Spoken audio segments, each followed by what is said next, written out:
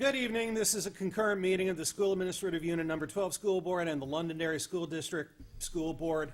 It's Tuesday, November 29th. Like to ask you to join us for the Pledge of Allegiance. Ambassador Clark, would you lead?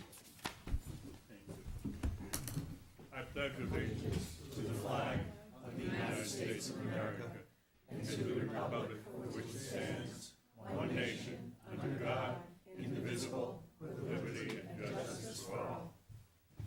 Thanks very much, Reed. Good to see you.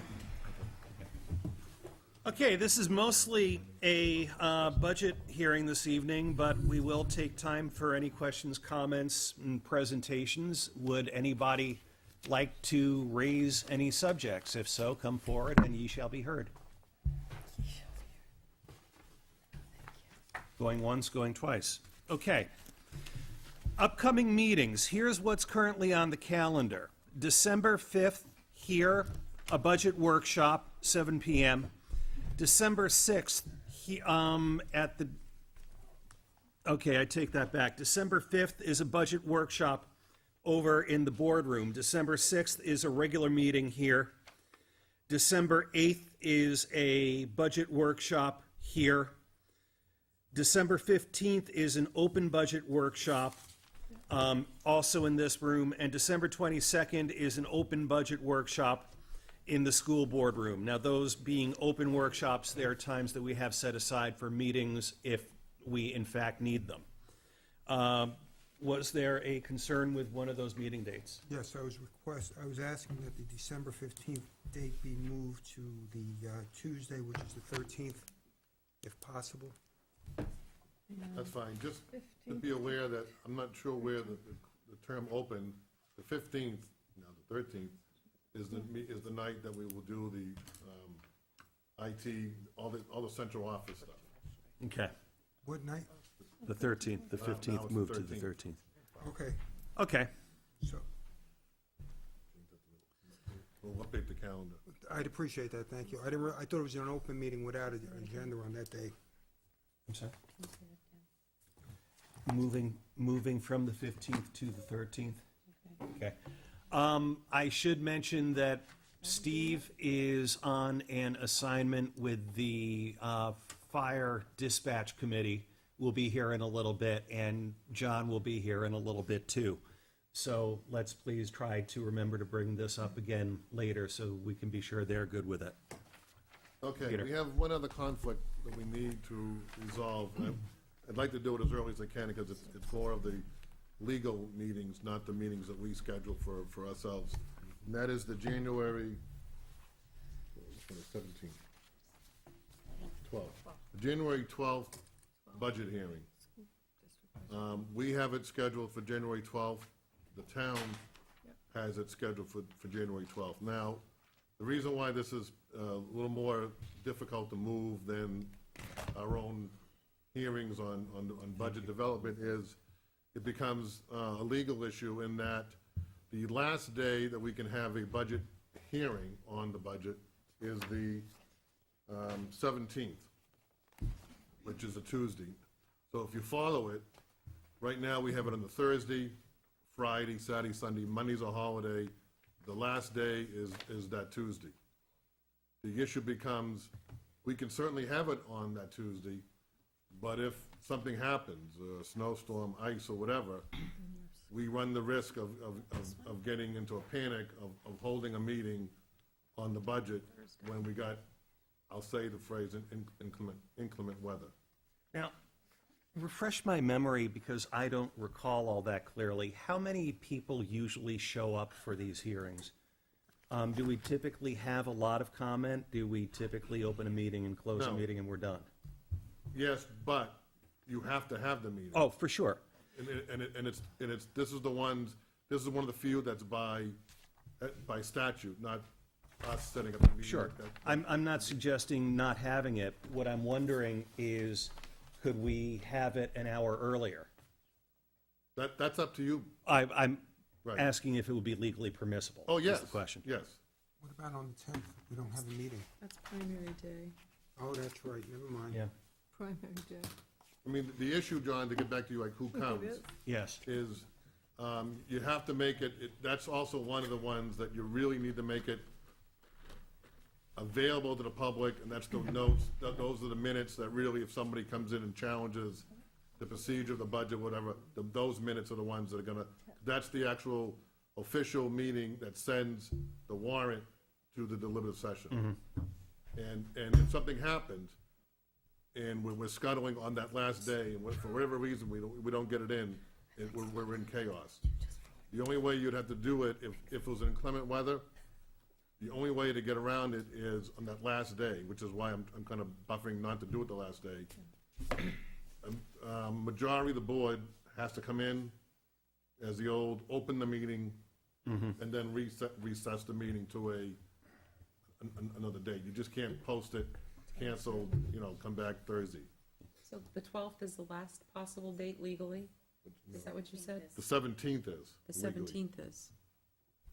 Oh, But if you follow the calendar, the 13th's a Friday, the weekend, Monday's the holiday, then the 17th comes. What about the 11th? the 11th. That Wednesday? I'm just trying to pick a date. I know we don't have meetings on Wednesday. Tuesday the 10th is out. Right. It kind of puts you in a bind that becomes the only day available to you. And I think the problem is going forward, we're gonna have this, because now the town and school are now both on the SB2 calendar. And so we both have the same, I'll say, legal dates. When you get to the end, the legal dates that have to be adhered to by state law. Okay. Yeah, but in the future, we can use the 10th, I know, I'm just, yeah, for every period of time. If Nevada lets us. Yeah.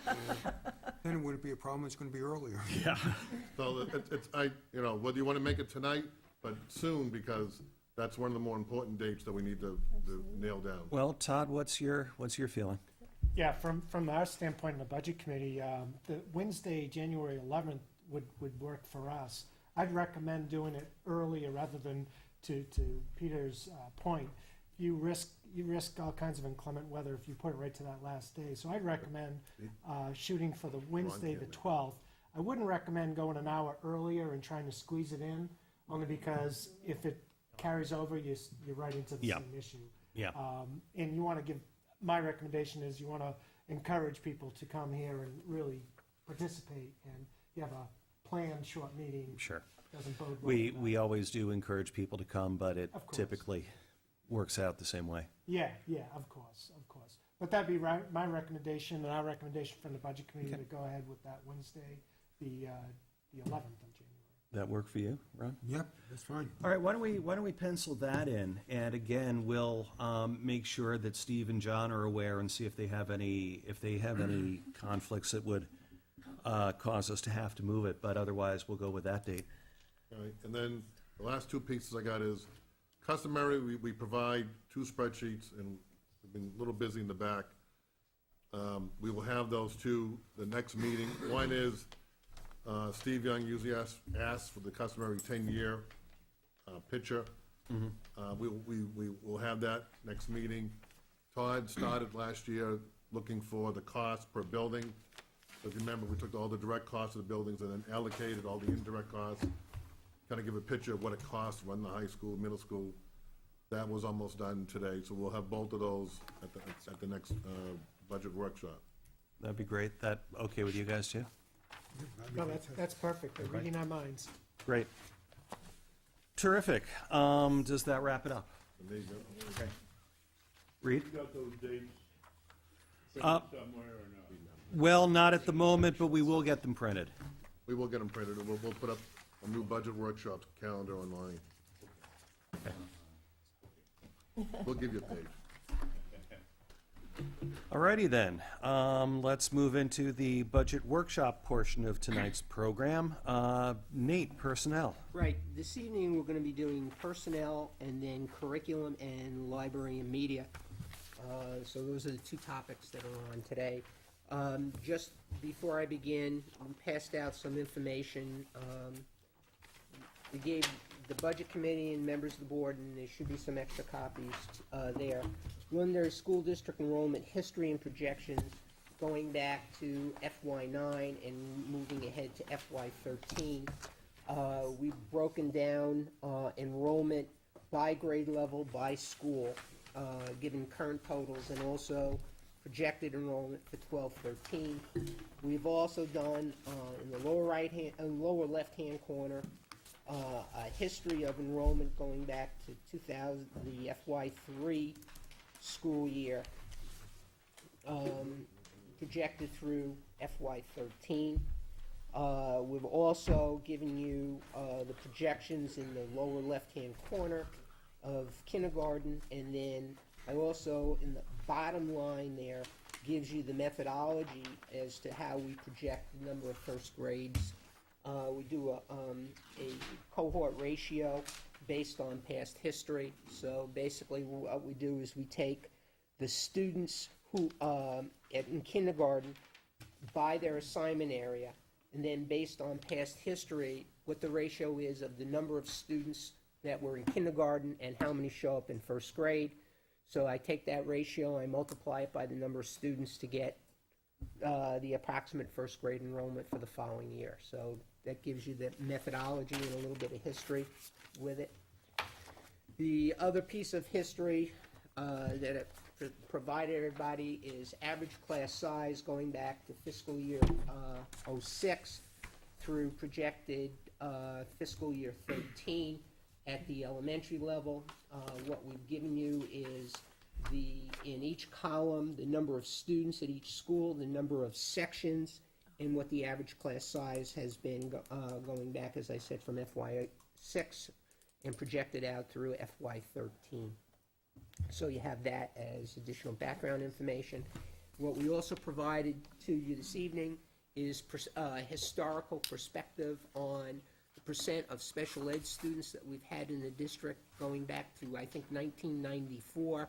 And Kim will probably address that when she makes her presentation too. She'll incorporate that in there. And you can see that the percentage has been relatively stable over time. Numbers have changed, obviously, because of enrollment shifts. And as Kim had mentioned in her State of the Union address several weeks back, that though our numbers, our percentage has actually been going down, the severity of the disabilities of the students that are coming in are much more significant than they were, let's say, 5-10 years ago. So what we're seeing is, even though we have a lower percentage, we are impacted by the severity of the disabilities that the youngsters are presenting, and therefore, obviously, that has an impact on staffing and services and so on and so forth. So just give you that as a way of moving into this. All right? And just be real clear, this is saying that in the current year, 16.7% of our students are receiving what? Some form of special? Correct. Have been coded, yes. Yeah, are not considered, are not often in friends or pals or something like that. Yes, Could be, yes, could be receiving a spectrum of services. correct. Okay. It's our entire special ed population in the school Right. district. Yes, it Okay, great. includes friends, pals, flex, kids that are receiving speech and language services, learning disability services, the whole gamut. Right. Any student that is coded, okay? All right, great. Alrighty. The information, let's start here. If you go, let me give you some guidance on this section of the book, and then I'll go into it. Page 373, which I'll get to a little bit later on in my presentation, gives you the breakout of the salary adjustments, position adjustments that we're recommending for the upcoming school year.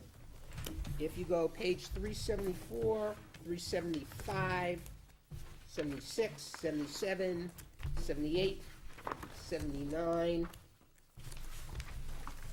80, 81, 82, 83, 4, 5, you don't have to look at them now, 86, 87, and 88, gives you a graphic distribution of staff members by school, by area, and in totality, all right? So some of the numbers I'm going to give to you tonight, you have basically in graphic representation here.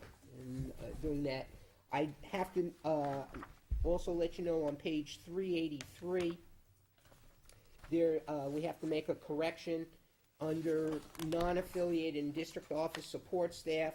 If you go all the way down to the bottom where it says support staff, the left-hand box should not read 45 hours, it should read 37 hours. All right?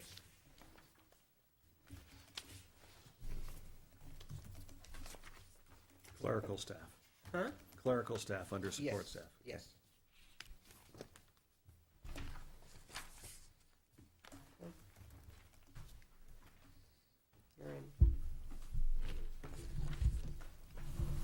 Okay, the proposed, this section of the budget, which covers salaries for administrators, teachers, allied health, support staff, non-affiliated, custodial, grounds, coaches, co-curricular, summer school, curriculum work, substitutes, and summer help, is proposed at $36,423,202. You'll see that number on the bottom of page 394. That's an increase of $88,353. This section of the budget represents 56% of the general fund total budget, and it represents 18% of the budget increase of $497,942. This section of the budget includes as follows: administrators, 31.5; teachers, 380. I'm giving you full-time equivalents. All right? Allied health, 32.8; support staff, 156; non-affiliated, which is IT, web, media technology, tech integrationists, payroll, athletic trainers, 16; custodians and grounds, 45; 105 coaching positions, which includes both the high school and the middle school; 128 co-curricular positions, which is clubs and advisors, as well as DI, summer school, curriculum work, substitutes, and summer help. I think also to help frame this discussion, if we look at percents, 4.8% full-time equivalents are administrative staff, 58% are teachers, 5% are allied health, 24% are support staff, and that's clerical and instructional assistants, computer ed, and monitoring. The bulk of those positions are instructional assistants and special ed assistants. And to give you a better feel for that, there are 242 individuals in the support staff area. That includes all our aides, our 3-hour aides, all our clerical.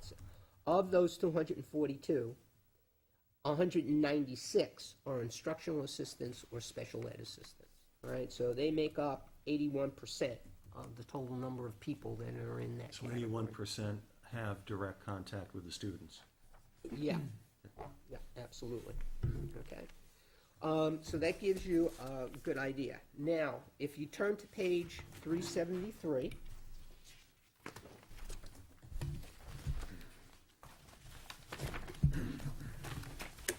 what we're recommending for changes for next year are as follows. Reducing high school staff by 3.6 positions, middle school staff by 3.5, which is a total of 7.1, reducing 0.8 of a nurse, half of a housemaster, adding 3 hours of special ed assistant time, that would be at North School for a specific special ed student, and adding back 1 grounds position. All right? Now, in the middle school, is this essentially the elimination of a team here? No, I will go through that in a second, John. Let me just walk my way through this, and I'll explain what we're doing where. All right? What I think is, okay, so everyone has that. Now, here we go. A little background history before we go.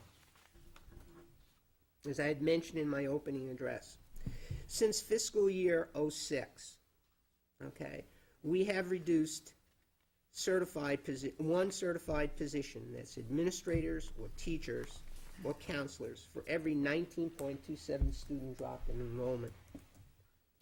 We have reduced one full-time equivalent non-certified position, that's assistants, clerical, etc., for every 12 and a half student drop in enrollment. To give you a little bit of framework, since that period of time, we've reduced administrative staff by 18% and teaching staff by 9%. Allied health has gone up 9%, right? And the reason for that is increased number of in-district special ed programs in that period of time, all right? That's the way that balances out to give you some understanding of what we're doing. How does this impact us? What we're recommending at the elementary level, and you have this information, that we're recommending that our elementary staffing remain the way it is. That would give North School next year an average class size of 19.3 students. They're at 19.7 this year. Matthew Thornton would have an average class size of 20.3. Their average class size this year is 20.8. South School would have an average class size of 21. They had an average class size of 22 this year. With adjustments in staffing, that large group of students that we have in fourth grade, which is almost 26-1, moving on to fifth grade, would have class size of 21.5, the same staffing levels. All right? Moose Hill, we're anticipating approximately the same number of students, so their class sizes would be just about where they are this year, which is 18.7 in the morning and 17 in the afternoon. And again, that may vary somewhat depending on where kids live and whether or not parents ask to move from the morning session to the PM session. What was that class size in the afternoon again, please? 17. Okay.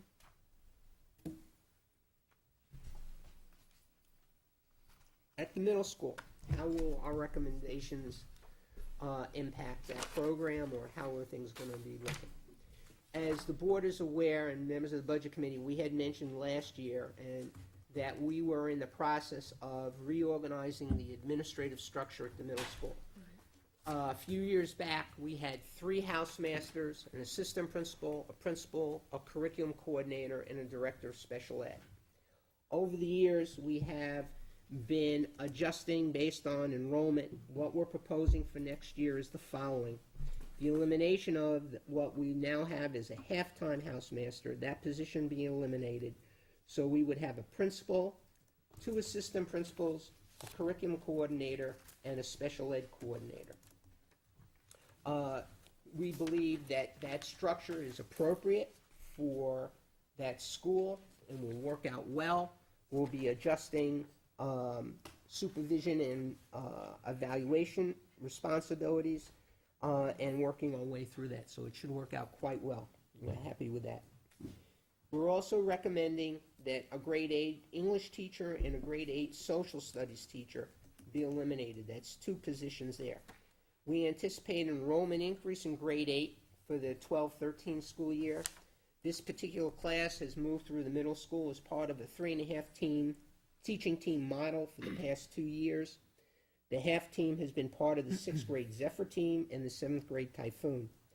Teachers in specific subject areas were able to move between 6th and 7th grade, as the 6th grade is based on the elementary model with regards to highly qualified status. To continue this model, we would need teachers to have dual certification in the common and core academic areas. Since our enrollment will increase the following school year in 2013-14 in grade 8, we're recommending that a teaching arrangement be implemented for 1 year only. This will include 2 larger teams, approximately 125 to 130 students each, and 1 regular team, 100 to 105 students. We'll reduce social studies teacher and English teacher on a specific team and use the math and science teacher to go between the 2 teams. We feel that small class sizes are needed in the science classroom due to lab work, and the mathematics classroom to include team taught classes and remedial opportunities. We'll also schedule our advanced language arts students to be part of the 2 larger teams, therefore reducing the English class size of these 2 teams. In essence, we'll have 3 teams in grade 8 using the model discussed above. Okay. we're recommending dropping a half-time foreign language teacher. We currently have 6 foreign language teachers at the middle school. As the board is aware, 7th and 8th grade students who are not enrolled in reading have the opportunity to take French or Spanish beginning in grade 7. For the 2013 school year, we anticipate the following numbers. Grade 7 Spanish, 240 students. Grade 7 French, 70. Grade 8 Spanish, 220 students. Grade 8 French, 68. Our plan is to reduce staffing from 6 full-time teachers to 5.5 teachers based on 7th and 8th grade enrollment. Class sizes will be determined when we have completed the master schedule for next year and when we have determined exact numbers of 7th grade students who choose a foreign language. We are anticipating class sizes in the range of 23 to 28 students per class. We are also recommending dropping a computer teacher in grade 8. Okay, we currently have 3 computer teachers, 1 for each grade level, as part of our related arts program. If students successfully complete 2 years of computer instruction, middle school will fulfill the computer requirement in Londonderry High School. Therefore, we're recommending the elimination of 1 year computer program in grade 8. We will now use a trimester model to deliver instruction for our related arts classes. Grade 6 would have art, computers, and health. Grade 7 would have art, computers, and health. Grade 8 would have art and tech ed, which is tech ed and facts and health. The total number of weeks the kids would have computers would be 22 in grades 6 and 7, where normally they would have had a total of 27 weeks over the 3 years, but they'll be getting more time in grades 6 and 7. Because we're moving to a trimester model, students will have 22 weeks of computer instruction. And what we intend to do is continue to move our benchmarks into integrated content areas of instruction, as well as incorporating skills into the existing 6th and 7th grade curriculum. For example, benchmark 7, which is create and present the multimedia product to convey new knowledge in a related contents area. Our plan is to incorporate this benchmark into science, social studies, and language arts curriculum. The team would determine content area delivery of this particular benchmark, and this would be supported by our computer assistant, computer integrationist, and our school library media specialist. We believe that this is an appropriate way to go, and what we've also included in the budget is some additional time during the summer to work on this curriculum and integrate that. And Andy has that budgeted in his curriculum for that summer curriculum work to do that. At the high school, we're recommending dropping 3.6 positions. 1 position is going to be a reading teaching position. The other 2.6 positions we believe we'll be able to pick up when we do scheduling based on enrollment and numbers. This will not in any way affect the opportunities that students have, nor will it do any significant increase in class sizes. In your book, in your budget book, when we get to the high school, you'll see a breakout of the course offerings that we have and the course loads that we have. We're confident that with our ability to schedule based on, we will be able to pick up that number of positions. I'm not saying that it would be 20% of an English teacher now or 40% of a social studies teacher. That, in fact, would be dictated by when we do our scheduling. But we're confident that we can pick up those positions and function appropriately and move ahead. Those are the reductions. Those reductions come to, as I had identified in my opening statement and as you have on the appropriate page, if I can remember what the number is, that would net us, once I get my glasses on, I can tell you, $433,607. Any questions at this point? Let me just go through it. There are 2 ads in this. We're asking to put back in a custodial, actually a grounds position. When Chuck gave his report earlier this year, I think he gave a good understanding as to the rationale behind it. The Board and Budget Committee, remember, we dropped a grounds position and a custodial position last year. We were able to absorb part of the custodial position by eliminating 4 hours each on the second shift at Matthew Thornton in the high school. We moved and expanded cleaning areas of both schools, and although some nights are difficult, we're making it work. The grounds position that we eliminated has been much harder to overcome. We have found that we're not able to properly maintain the grounds and fields during the summer, and we need to add many substitute and overtime hours to accommodate all the field use this fall. Also, we have used additional substitute and overtime hours for custodians who now perform work that was previously completed by the grounds department, such as moving furniture and equipment. And we're still looking ahead to the winter and snow removal duties. So based on our experience thus far, and the fact that, remember when Chuck made his presentation, we have almost on a weekly basis 150 activities outside on the fields and games, and we do extensive work in the summer on the grounds. We just feel at this point in time we'd like to put back that grounds position. So what we're asking for in essence is those reductions, recommending the reductions as I've outlined. The 3-hour special ed assistant is for a particular student at North School that we need to accommodate that particular student's needs in the custodial position. And then dropping those other positions based on what we see as enrollment trends and maintaining the elementary level, as the elementary staffing level as it exists now to maintain those class sizes. That really is the bulk of the personnel issues. You'll see some increases we do substitutes based on a 3-year average.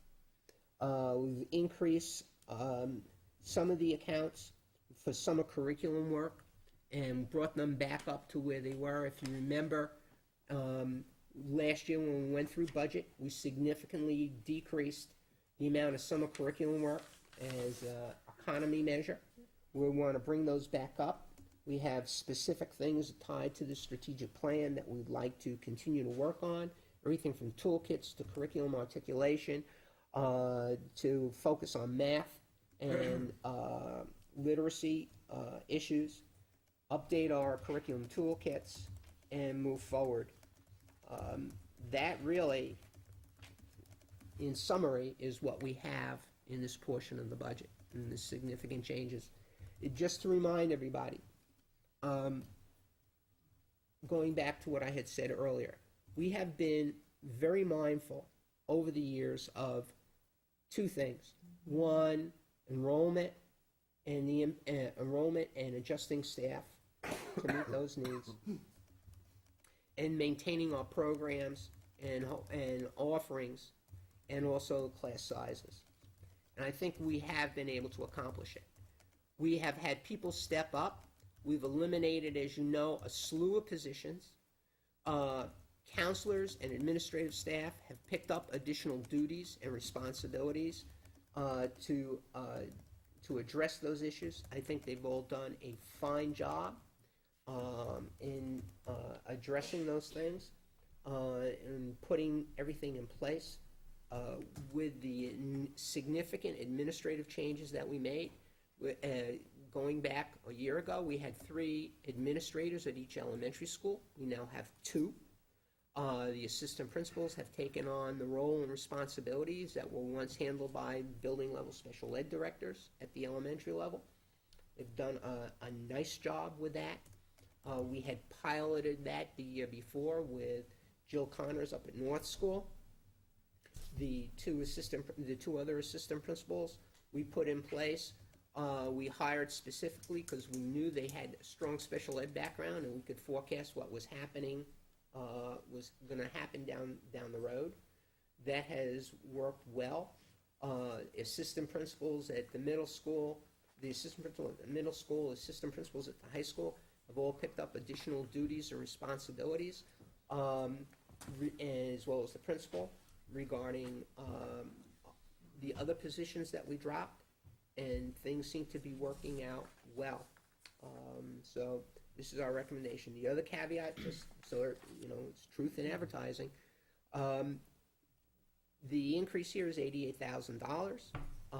We will have, assuming we come to fruition on 2 contracts, one for the teachers and one for allied health, that obviously, if we were in the process of a contract, that would have been reflected, but that's not reflected in here. What's reflected in here is the salary increases for support staff and so on. So, there you go. Any questions from the board at this point? Yes? Yeah. You mentioned at the high school, in terms of our computer program, that we're gonna go from 27 weeks, No, not the high school, middle school. middle school, I'm sorry, 27 weeks down to 22. Yes. But And that, you're not expecting that to have any kind of a negative impact on the no, students? because what we want in grades 6 and 7, they will wind up with more computer instruction time than they had under the existing setup. What we believe the direction to go in is to continue to increase the amount of integration time, utilization of technology integration into the classroom for specific curriculum purposes, which ties in with the benchmarks that we have for curriculum and instruction. Also to maximize the use of the hybrid positions that we have, the tech integrationist position, and the utilization of technology as part of the instructional program as aside from a discrete instructional factor. So we get the kids to the point where now they can utilize what they have learned in direct application for the subject areas that they're working in, that are directly tied in. And what we plan to do is we have money set aside, we're recommending money be set aside in our summer curriculum work to ensure that we have that tied up. And that's part of what we want to look at as being a seamless way of integrating and utilizing technology for the improvement of achievement and instruction. So. If I can jump in on one thing, just On the same subject, when you first mentioned it, I was concerned about the idea of cutting back on computer training per se in the final stages of preparing these kids to go off to high school, where it would seem to me they're going to need the benefit of as much computer skills as possible. Will, in your opinion, the integration of technology into the curriculum in the 8th grade prepare them adequately for the skills that they will need in 9th grade? In my opinion, Yes. better. Okay. In my opinion, better. Because I think with the students utilizing those skills in the specific subject area content that they're working on, I think will put them in better shape because when you think about it, when they go to the high school, the kids will be using those technology skills in the particular content areas. So the focus here will be, how do you utilize those skills that you had, okay, and apply them in the particular content area to do presentations, just as we've outlined in the benchmarks, utilizing them for research, and bringing those people directly into the classroom to assist the teachers, and for the teachers to work with them on doing it. So as you put together a presentation, it seems to me to make more sense to have the kids be able to utilize that technology in the development of and enhancement of the content that they're using, so that I guess the best analogy I can use is that in the primary level, we're teaching kids to read. And at the intermediate level, it's reading to learn. So if you apply that same philosophy to the utilization of technology, it's teaching kids how to utilize technology, and then moving to here's how utilizing technology to learn and to enhance the learning experience. that makes sense to me. Yes, did you have something? And, I think what it also does, too, is it bolsters the philosophy that we have as far as the utilization of library media centers for action research, actual research on subjects, and combining that, and I think that becomes another key factor. You also indicated that at the high school level, you're going to be reducing a reading position. Correct. It's based on what we have for numbers now, what we anticipate for numbers next year, and I do not think it will, and I know, based on the numbers that we have, that it will not impact us at all. You're confident in that? Absolutely positively confident. Nate, on your sheet for average class sizes per school, can I have that broken down, average class sizes per grade, per school? Yes, Ron, if you go to, and I can make a separate sheet, but if you go to each of the school sections, Okay, so so let it's me in give there. you, take Matthew Thornton, all right? If you go to Matthew Thornton, go to page 303. You would say, and I'll walk you right through it, okay? Okay, All right? Grade 1, Matthew Thornton, 17.7, basically 18. Grade 2, 18.7. Grade 3, 19.4. Grade 4, 23.8. Grade 5, 23.5. So now, then, if you go then to North School, which is page, whoops, 18? 318. Grade 1, 18.1. Grade 2 would have 4 classes with 18.5 and 1 class with 16. That's because of the special, we have a special ed student there that requires additional space and additional attending to. So doing that, and also, and then in grade 3, 20.2, grade 4, 21.1, grade 5, 5 classes of 19.4, you know, those must be the short kids, and then 1 class with 16, because we have a student with significant special needs in that classroom. Average for the school then is 19. Then if you go to South School, page 333, grade 1, 19.8, grade 2, 21, grade 3, 22, grade 4, 19.8, grade 5, 21 and a half, and totals at 20.8. Grade 5 is that 4th grade class where we've got basically 26 kids in a class now, all right? Then Moose Hill, I gave you the numbers, they are as they are, and I think that's the 3 schools. So I think they balance out. We try to take into account some specific situations. At South School, in previous years, we adjusted class size because of a student that had significant special needs and so on. So the numbers across the board pretty much balance out. I think we're in good shape there. All right, unless we get some unexpected influx of kids, but based on what we know now, the numbers, at least to me, look pretty good.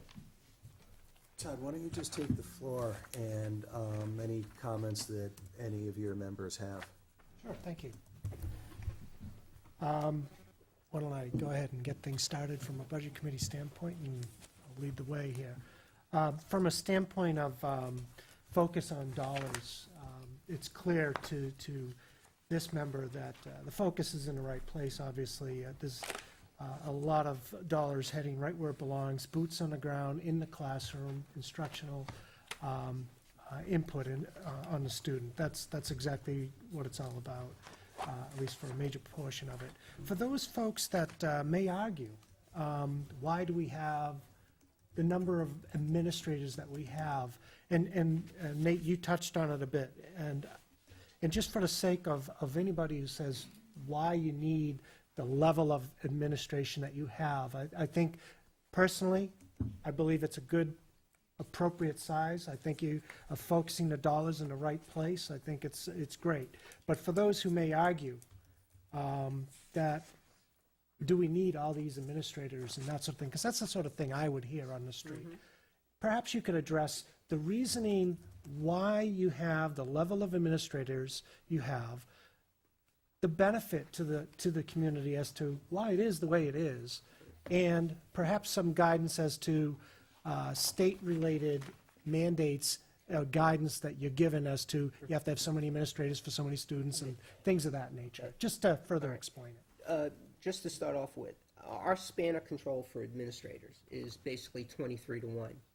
Nationally, based on the most recent data I have from Educational Research Service, says that elementary and secondary schools, basically, the span of control is 15.2. So we're above that. And you can contrast that, healthcare and healthcare, generally their span of control is 11.7, transportation and warehousing 10.3, construction 6.5, utilities 5.7, manufacturing 5.6, public administration 4.4, and information 3.4. All right?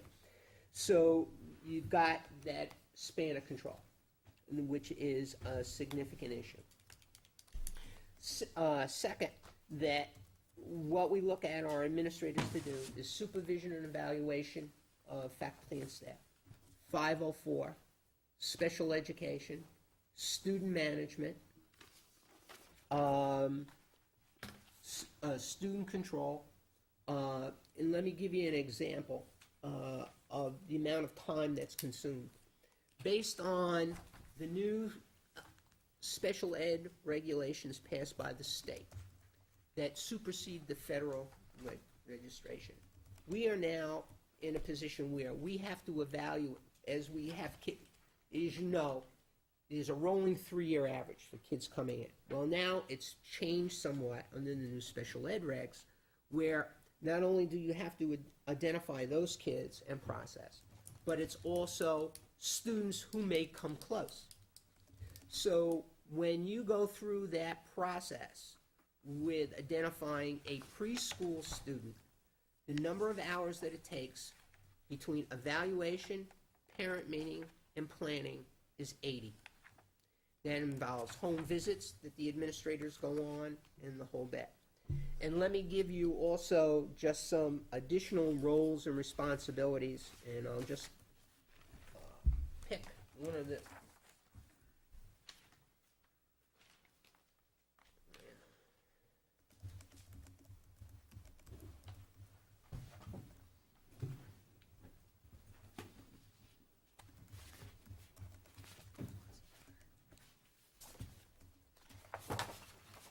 Okay. I'll pick the high school because I like to pick on the high school. Let's look. House 3 assistant principal is the director of adult ed. So actually, our high school, one of our assistant principals serves 2 functions. Runs the adult ed program, which we've all talked about and has had a significant positive impact, as well as performing assistant principal duties. Is the chief examiner for GED testing.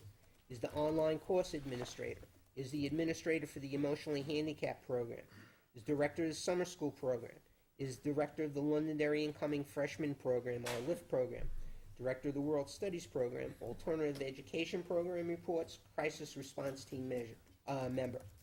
One of the other assistant principals, 504 coordinator, Title IX coordinator, crisis response team facilitator, RTI, Response to Intervention Coordinator, Student Handbook Editor, Teacher Web Pages, School Pictures, Supervision of the School Store, Discipline Reports, Communications Committee, TV Show Producer, Outside and Cafeteria Signs and Message Board, Freshman Orientation Coordinator.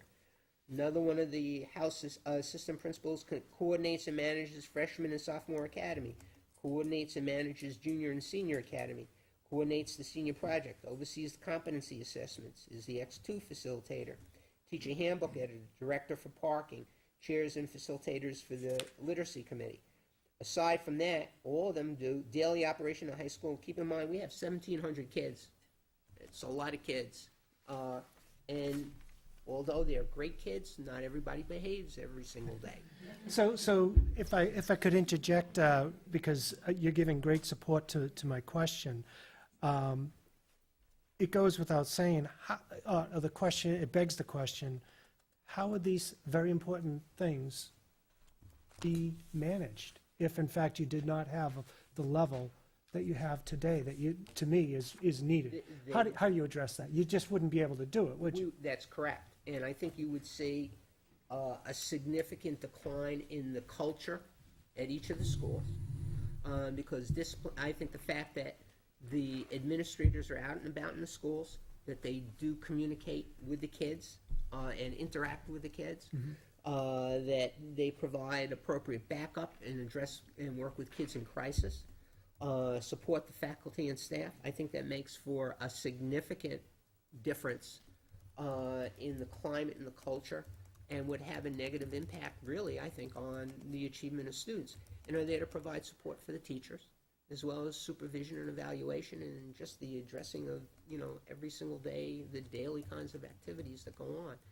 I think, my opinion, just my opinion, that we run really lean. As I had mentioned before, full-time equivalents of 4.8. It's 4.4 if you just use bodies. And I'm not counting, and I didn't include in there the 106 coaches that also work, and that's even though some of them are our people, they're performing a different function and requires different supervisory and evaluative responsibilities that go along with that. Just general management. You go to any of our after-school activities, the administrators are there.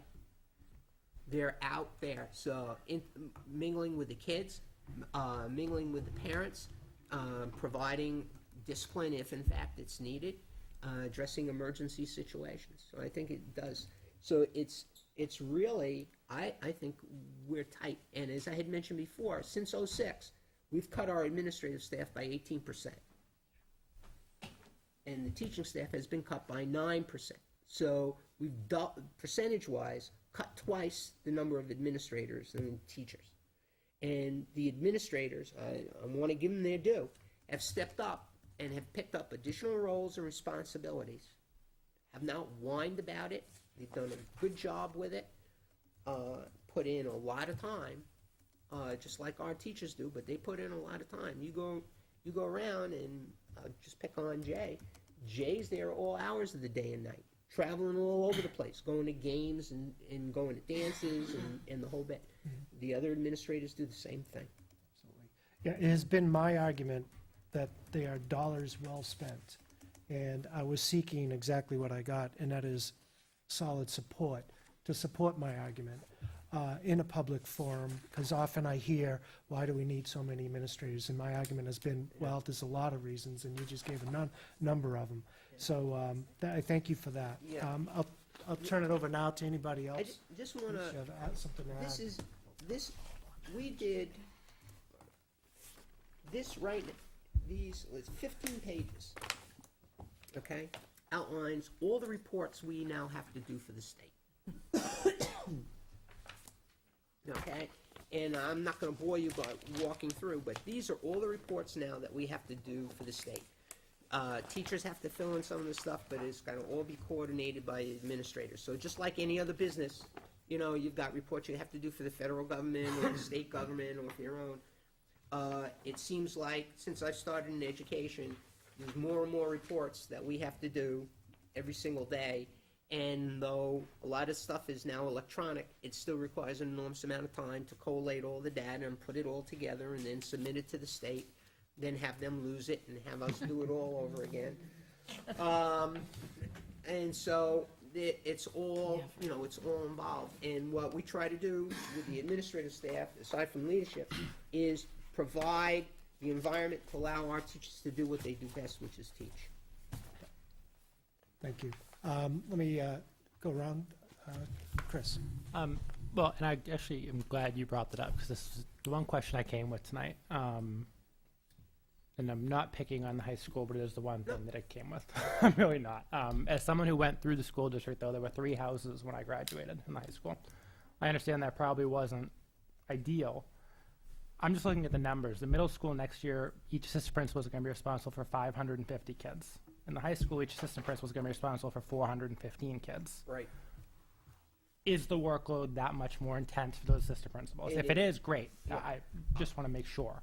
No offense to the middle school, and Andy, who's a middle school principal, and Rich, who is now, there's a significantly different milieu at high school than there is at middle school. In addition, one of our landmark programs, or our key programs, has been the addition of our adult ed and flex program. And so we have assigned that responsibility to the assistant principal.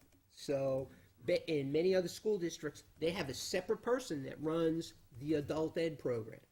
We've combined that, and our main focus has been on credit recovery, adult ed. So our adult ed program, quote unquote, is really a dual program. In other words, we allow students who are in our day program can take courses in the afternoon, so that in the evenings, so they can garner the 24 credit high school diploma. There are other students who, for a variety of reasons, are better suited, feel more comfortable in the adult ed program, and they can graduate with an adult ed degree. So I think that, along with a number of other things, are why our dropout rate was 0.17%. And I think what we're looking at too, if you look at the whole picture, is that last year, 88% of our kids went on to 2- and 4-year schools. We had a dropout rate, as I mentioned, of 0.17%. I think part of that is a result of, obviously, the teachers, the parents, the kids, but also the fact that we've had the administrative staffing that allowed us to put those programs in place and follow through on them, and they've been critical, I think. There's a difference between high school and middle school, just like middle school is different than the elementary school. And I hate to say that high school is more complicated as an old elementary guy, but the truth is the truth. Hi, I was here last year when we heard that you made the difficult decision to delete some of the summer curricula activities. Clearly, something happened that indicated to you that this was something that was a priority to reestablish. Could you give us a little background on Yes. how that went? What we want to put back in place is we're looking at the continued focus on math and literacy, and updating our curriculum toolkits, addressing issues like I had mentioned before, the integration of technology. We feel that having that opportunity for the teachers to work this summer, to allow us to upgrade, modify, and put in place the new curriculum in those areas is really a key component for us. We're also leveraging dollars on this. So what we're able to do this summer, to some degree, there was some federal dollars floating around that we utilized to do some curriculum work, but there was some curriculum work that we didn't do, that we wanted to do. And we believe with the reinstitution of this money, we'll be able to do that and get back to the level that we had been the year before, and I believe it's level funded from where we were the year before. Okay, thank you. We just think that the constant review and focus is critically important. Let me give you an example. One of the things that we've instituted are professional learning communities. I'll just use the elementary as an example. The focus of which is to on a regular basis, to review how our students are doing on both summative and formative assessments, making adjustments and adjusting the curriculum, so that we've made some significant curriculum adjustments based on what we're finding on those assessments, and having the time to in a sense codify those and consolidate those over the summer when the teachers can sit down and focus on that, I think will be of major import. So we're constantly learning, constantly adjusting as we move ahead, and we think that's really, really critical. John? One second. Just on that, on the continuation, Andy, can you explain what was done with the math curriculum at the middle school, going back to the fundamentals?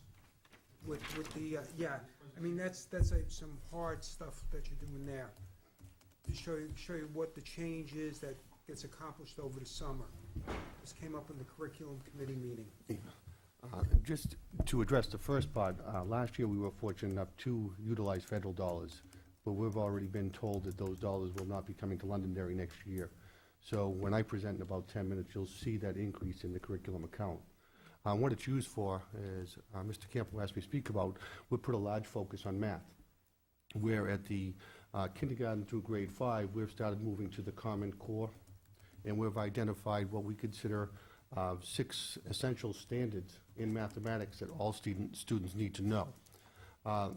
Once the teachers identified those standards, they began then going through and redoing their toolkits, which is their daily teaching. What lessons, how they were tied into into the essential standards, and really compacting. One of the problems that we were facing is just the breadth of the material as opposed to the mastery. And we really wanted to focus on the mastery.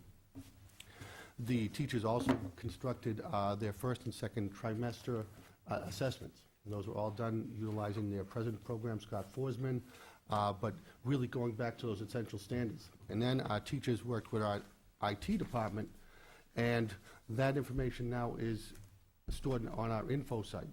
But not only is it stored by how a student does, it's stored by how a student does on each particular strand of those 6 essentials. So that as a teacher now, you might see that Andy Corey's getting a B in math and think he's doing wonderful. But when you look at the strands, you might see that he's getting a B, but he has always struggled on computation. So now we can go in and focus on that child in that specific area. So that's evolving. And just to give you an example, the state just asked us if we wanted to participate in a new program coming out for software for $10,000. And it's something that our own IT department created about 5 or 6 years ago. And we're able to continue to upgrade that, and Tom Kramer does an outstanding job. And the nice part is Tom Kramer is a known face to our teachers. You know, so it's the IT person sitting down with the math teacher and giving them the tools they need right at their fingertips. So this info site is on every single teacher's computer, and when our teachers returned this year, the 20 students assigned to Andy Corey automatically came up as my class. So before I had spent any time with them, I knew the overall strengths and weaknesses of my class, and what we're really trying to do is accelerate that learning curve. You know, if you go back to when I started teaching, it might take you 5 or 6 weeks to know your students. Now at least I have an idea, oh, this entire class struggles on estimation and measurement. So when I get to those topics, I need to do maybe different approaches, different strategies, different areas of emphasis. So that's what went on this summer, and that's what the money is back in that budget for, to look at both the math and the English. About 2 weeks ago, we had a presentation by our middle school and high school English teachers by a presenter, Penny Kittle. She's across the nation, but she happens to teach in New Hampshire. So she came down and spent a day, and again, we were able to leverage those dollars to talk about our curriculum in Londonderry and not get the cookie-cutter program that you get if we send teachers out. That sounds like a tremendous asset. It's been really well received by the teachers. Let's ask the state for copyright fees on that program you guys wrote. That's why I keep asking if we patent these things. We've talked about that, yeah. Nate, I just had 3 quick points based on your executive summary. The student transportation, it looks like the assessment is that we're fine at the current level. Do you see any change in that forthcoming with the gradual decline in enrollment? Student transportation, we're receiving bids at this point because our contract is up. I would guess at this point that we will probably be running the same number of buses next year that we are this year, even though there's a drop in enrollment. Part of the issue that we look at for transportation is not only the number of students, but also the length of the runs. So, to give you an example, we have one student that lives all the way on the other side of the airport. So, in essence, we got to go all the way around the airport to go get this child. And we've got a special bus that goes around there. So, part of it is the length of the runs. Obviously, part of it is the number of students. So our assessment at this point is that we will probably recommend to the board, or we have recommended in this budget, the same number of buses. And then, you also have bus stop issues as well as distance issues. And particularly with the little ones, knowing that we basically split the town in half and with the kindergarten kids, we stop at every house. And, kindergarten kids aren't exactly the fastest in getting out of the buses or getting on the buses. So we have to take that reality into account, particularly at the beginning of the year when the moms and dads are a little hesitant about letting them go, and they're a little hesitant about getting away from mom and dad, so you got all that. Are we going to see a big bump in what the bids are going to be based on the cost of fuel being as high as it is? No, I don't think so. Okay. The other two areas, One more thing. Yeah. In addition to what Nate said, don't forget, the buses do run three-tier. So the same bus as the high school. right, Needs to get ready, so to speak, to do the middle school run, and then needs to get ready to do the elementary runs. So not only is it the routes, but also the amount of time in between each school, the buses need to be cleared and then be ready at a particular time to start the second or the third run. We try to get everybody home by 4. That's our goal. And we do that except for maybe one kindergarten run that comes in at 5 minutes or 4 minutes past 4, and that's one that does the northeast corner. So those are all the parameters we look at when we try to figure out how many buses and routes we need. the second question I had was, under debt service, you referred to $391,232 for capital leases. What does that entail? We'll get to the capital lease in one of the other, Okay. one of the other presentations, and we'll go through that in detail for you. And then operational costs, there's an uptick in professional services line. What is that? I'm sorry, I didn't hear the first part. It looks like there's an uptick in what's been defined as professional services line. What is that? It's Where are you? Give me, page 360. It says the main, an increase of $17,057. The main factor for this minor increase is seen in the business office professional services line. I'm just Oh, wondering okay. Yeah, I can handle what's that. within there. Yeah, I can handle that one. Okay. For many years, we would net the bank fees and the interest earned into the revenue line interest earned account. Even us, the amount of money we have, we did the calculation and found out it's actually cheaper net-wise to put the district's money into a non-interest bearing account, reducing the bank fees significantly. So obviously, I have no revenue to put into revenue account. So for this actual year, and then the budget for FY13, we have moved the fees for banking services into the business office professional line. Okay. And is that what's encompassed in there, or are there other items under that line as well? That's probably 98% of it. Okay. Yeah. All right, thank you. Well, yeah. And then just the other one, just to answer the other question, the capital leases, if you remember, every year we do a capital lease. We usually do a 3-year lease, usually say $300,000 to $400,000.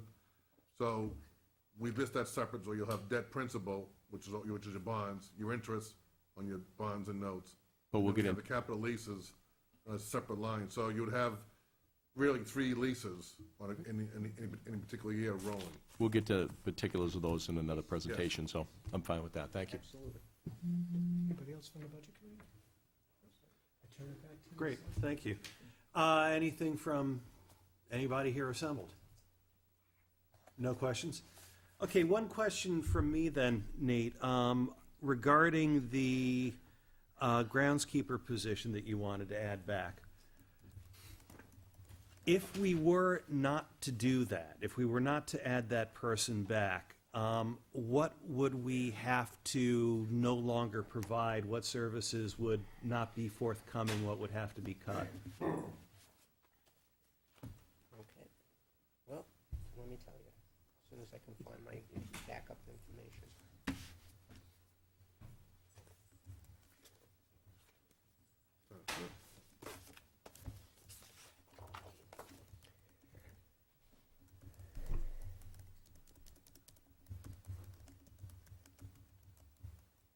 The position can't be funded, then what we would have to ask is for assistance to determine what areas out inside the building we'd have to reduce cleaning on, and which duties now performed by the grounds department would be eliminated. So in other words, Some of the stuff that we share with the town, work we do for the town, we couldn't do.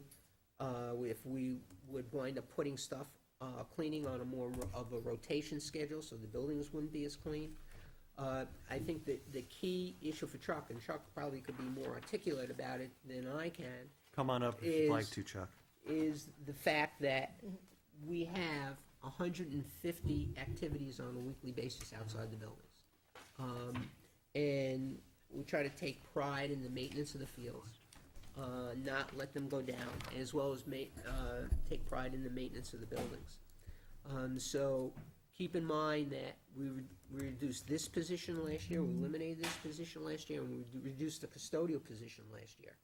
And as I had mentioned, we took 4 hours from 2 different schools and expanded the cleaning area that for the custodians in those particular schools to accommodate the reductions. And Chuck's feeling at this point is that we need to put this position back. Chuck? Yeah, I think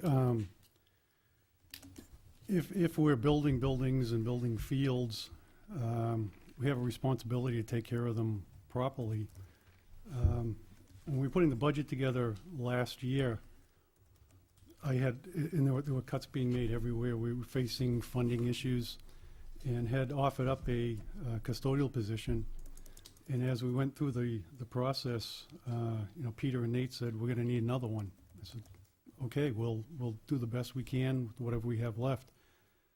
And as we got into this budget year, I met with the custodial supervisor, grounds people, maintenance people, and we came up with a couple of different plans. We tried some things, and on the cleaning side in the buildings, it's a little tough, but we've got some good cooperation from the employees, got some cross-training, juggle a lot of things, and I think we're okay. As far as the grounds part, just can't seem to make it work. And we got into the elimination of the position officially started this past July 1st. And a couple of weeks into the fiscal year, we were behind on some of the work orders, some of the regular maintenance for the aeration, the fertilization of the fields, fence repairs, sign repairs, things like that, we weren't getting to. And began to realize that we just don't have enough man hours to do the amount of work that we need to do. So what we did for a couple of weeks is we actually took the person who was on grounds, who had bumped over to another position, and brought him back for about 4 or 5 weeks in the summertime to help catch up with some things, not only in the school fields, but across the street, Nelson Road over on West Road. The part-time maintenance person does work for the town, was out for a few weeks. We pitched in, and we helped with some of the work that way. And we did this for a while. What saved me is, fortunately or unfortunately, we had a custodian who had knee replacement surgery and was out for quite a few months. And as a result, we no longer had to pay him, went onto the disability insurance. So I had the savings in the salary account that I was able to keep this person on, and it was about 9 or 10 weeks right into the fall sports season. And we did it on a week-by-week thing because I kept thinking, okay, another week and we can get these work orders done and we can catch up. But when you have 100+ games every week in the fields to maintain, and as soon as the fall sports are over, now you've got the equipment to take care of. The fields still, up until yesterday, we were aerating and putting down fertilizer on the fields. You gather up all the equipment, the soccer goals, lacrosse goals, and start the repairs on that. And we're preparing our equipment for the snow plowing, for the sanding, putting out the barrels. And for the first time that I can ever remember, I'm actually hoping for snow right now, not because I want to do snow removal, but I want to cover up all the leaves that are around that we haven't been able to get to. And it's not like going out raking up your yard. Typically, we'll have 2 or 3 people out on the truck with the vacuum and the shredder for up to a month going around picking up leaves, and really haven't been able to get to it this year. So I don't want to say that and come across in a threatening way that we're not going to be able to do this or this or this. But as a whole, we're not going to be able to maintain the facilities that we have and provide the quality fields for the school and for the town activities. And I don't know if that means you let everything slide, or you just take a step back and you say, okay, we're not going to do this. We're going to concentrate on some of the more important things. I'm not sure how that would turn out. It's just that we have lost 2,000 hours, labor hours on grounds, and we haven't been able to even come close to covering that. Chuck, question I've got is, I understand the hours you're speaking about. Is there alternative ways to get those hours? I.e. additional summer help, maybe put someone on in the fall, maybe someone in the spring? Because if it's strictly a grounds crew, I'm wondering if the monies could not be saved in the December, January, February, even part of March timeframe where there's not the outside work. I know there's plowing and items like that, and we can deal with that. But is there, I'm gonna use the word contracted, but I mean, is there part-time help that we can hire to meet your needs for the hours, but not put a full-time body on? There may be a way to work out something like that. The grounds people are outside working on the fields, the grounds, facilities in general, from as soon as the snow has melted in March or so, right up, like I said, right up until this week, and we're still going. So you've got pretty solid 8 months there. What I had planned to do if we had this position funded was to have the person dedicated to grounds for about 8 months or so, bring him inside November through March to help with some of the custodial duties, but also have that person available for the snow plowing, the sanding, the snow removal as needed. I think we average about 15 to 18 snowstorms a year, so have the person available for that. 40 this year. So if it's not a full-time 2,000-hour position, it's going to be, pretty close to that, probably 85% anyway. Well, where I was looking at, using your numbers, I was looking at somewhere around 1,300 hours, which comes out to be the, 2/3 of a year. And I'm just wondering if that would be more a better way of doing it, or something like that, or even go up to the hours, but split it. We have someone, and they overlap in the summer, for lack of a better term, March to September. As you know, we do put on 3 or 4 people, usually some college kids, in the summer to help out, and we can use all of that help, and then some. Fortunately, we had someone who was able to stay on a few more weeks into September this year. That was a big help. The last thing I want to do is ask for additional personnel, additional money anywhere in my budget. So I guess what I would say is I would happily take whatever extra you can give to me. I guess I'm going to throw it back on you a little bit and ask you, can you think about an alternative so it's not a full-time body that we're putting on for a full year, understanding your needs outside and how we can meet that in an Sure, what I alternative could way? do is maybe have a couple alternative plans when I do my thing in a couple of weeks. Peter, did you have Yeah, something? I think we're forgetting, Ron, we're not only just doing grounds for athletics, as you know, in the fields, but the grounds crew does all the moving of equipment, setting up stages, setting up stuff for band and music.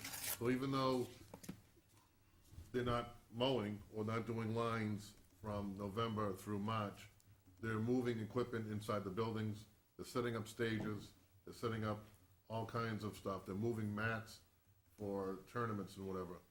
So that's, if you remember the so-called State of the Union we gave for buildings and grounds, we provided you with a variety of stuff that grounds does.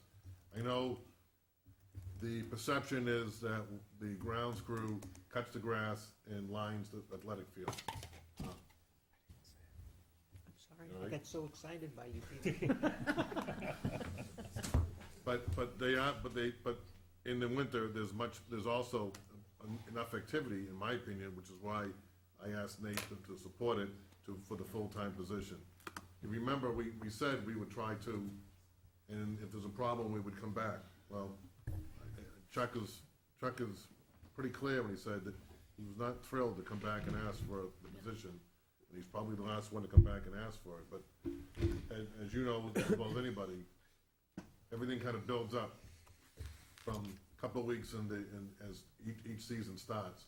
And in the summer, we talk about the town and school cooperating, sharing responsibilities. This is probably the prime, as you know, the prime area where the town and school cooperate. We get the most out of Sid gets the most out of us, and vice versa. I'm just gonna be honest, Chuck has been almost panicking because he's afraid that of the lack of hours he's got in grounds, and we haven't even hit the snow season yet. So, Again, what I'm asking is, I'm looking at that, I'm not arguing the need for the grounds, the amounts of grounds we take care of and the other stuff. I'm just wondering if there's another alternative way to do it. And depending on how you do it over the summer, fall, that portion of time, you may even get more hours out of it at the same cost. And that's what I am looking at. Okay, anybody else? John? So if I understand correctly, it's the position for $61,000 loaded? loaded. Right. Yeah, I think with Ron, I'd like to see some options with that, because, you know, looking at that type of spend, if there's something we can do to get either more out of it or lower that cost, I think that would be obviously beneficial. And well, I know it's a bit of a challenge, and I do recognize that the issues you're dealing with, Chuck, are real, but I think I think we should be able to see some options with that to help out here. Sure. Anything else from anybody on the personnel portion of the budget? Is that a hand up in the back? No. Okay. Yeah. Okay, thanks very much. Thank you, Nate. You're welcome. Next up is Andy.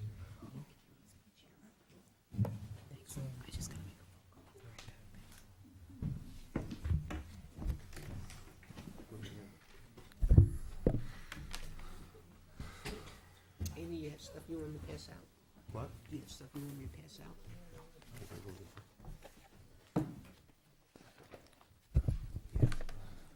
Good evening. It's my pleasure tonight to speak about the curriculum budget. In your budget book, my executive summary begins on page 479 and goes to page 515, and the budget detail starts at 515 and goes to 523. First of all, just a little history. Last year, we had proposed, and the board had supported, a budget of $394,924. And then, as we all remember, there were some different things that occurred that made us go back and reevaluate the budget. And at that time, our teaching staff came forward and gave back $135,000 of professional development money to assist us to arrive at the new number that we felt we needed to get at. That money that was given back is a contractual obligation and does return back to the budget this year. I am proposing for fiscal year 2013 a budget of $403,324. And again, the main brunt of this is the contractual obligations. I'd like it to break it down in really three categories. The first one I would call the improvement of instruction. In that category, we will spend $315,854. Out of that $315,854, $302,000, or approximately 75%, is for those contractual obligations. In our agreement with our Teachers Association, we provide them $1,500 to be used to its conferences and $2,250 to be used to its graduate coursework. I believe those are very prudent investments on our part. It keeps our teachers current. and really promotes our teachers going out and getting their masters.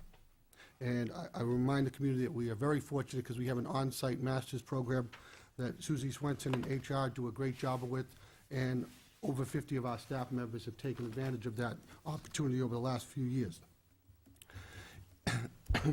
In terms of the budgeted numbers for the contractual support, the elementary is budgeted the last 3 years' average of $132,000. The middle school is, again, budgeted at their last 3-year average, which is $70,000. The high school 3-year average would be $90,000, and the administration's portion is level funded at $10,000. And that's where we come up to the $302,000. The other two pieces that make up the improvement of instruction are the purchase of instructional improvement services, which are $5,000. And these are funds that we use to support professional development opportunities, like I described earlier, a Penny Kittle coming into the district and training our teachers. And we are moving more to that model because we believe it's a better bang for our buck. If you looked at Penny Kittle coming here, you know, it was about $2,400 to bring her in as a speaker. That would be, there were over 40 teachers who attended, so it's a very economical price. If we were to send those same 40 teachers off-site, it would be somewhere between $125 and $150. And again, they would get the cookie cutter program. It wouldn't be geared to Londonderry. So we are moving much more in that direction of bringing people to our campuses to work specifically with our students. The last piece of the improvement of instruction is actually a general supply. We're level funding that at $8,854. That supports our Induction Institute.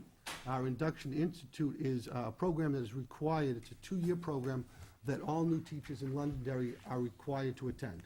You could be a 20-year teacher, but if you decide to come to Londonderry, you're going to have to go through the Induction Institute so you get a better understanding of our system, our expectations, and how we believe our classrooms should be conducted. We also included that action research supplies. Action research, we just had a recent example.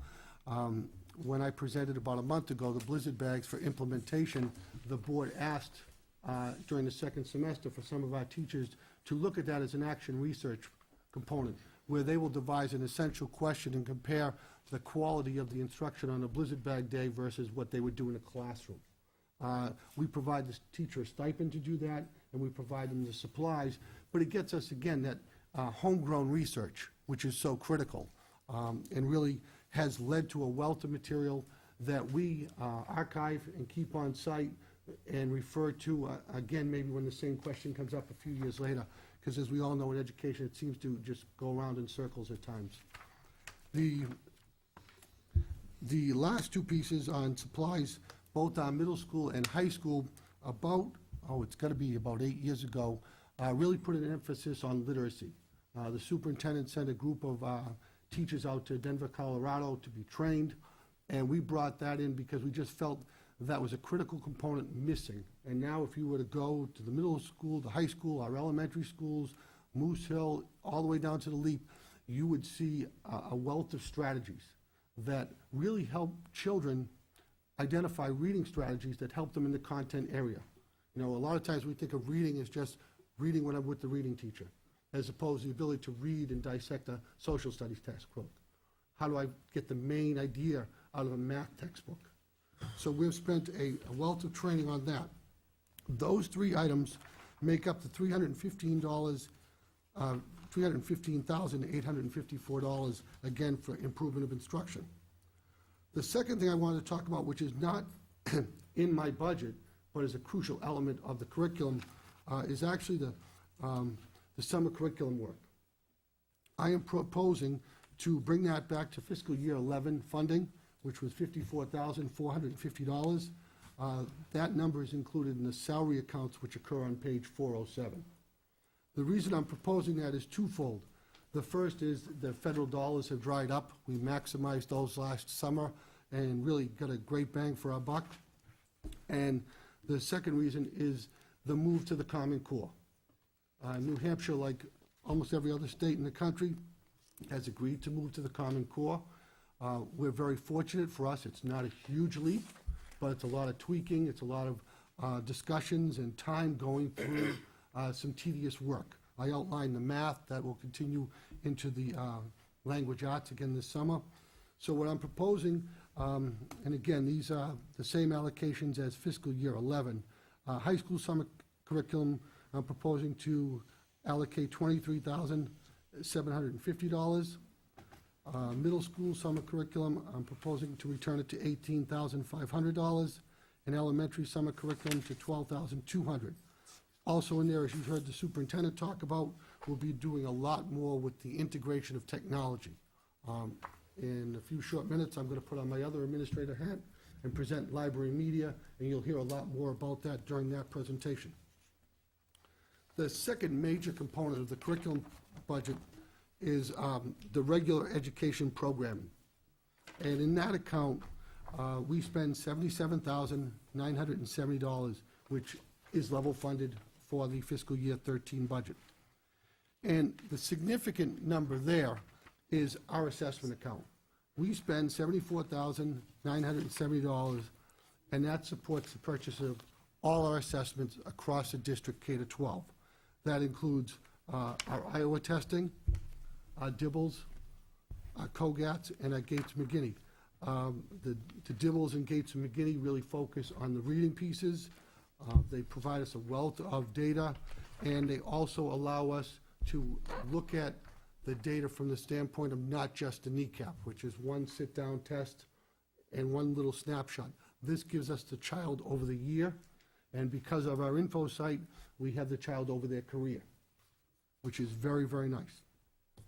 That includes all the consumables that go with that testing, because your elementary children are not, they're not using just a simple Scantron form. They have the booklet, they're filling in the answers. That includes all the scoring, and it provides all our administrators website access to analyze the data.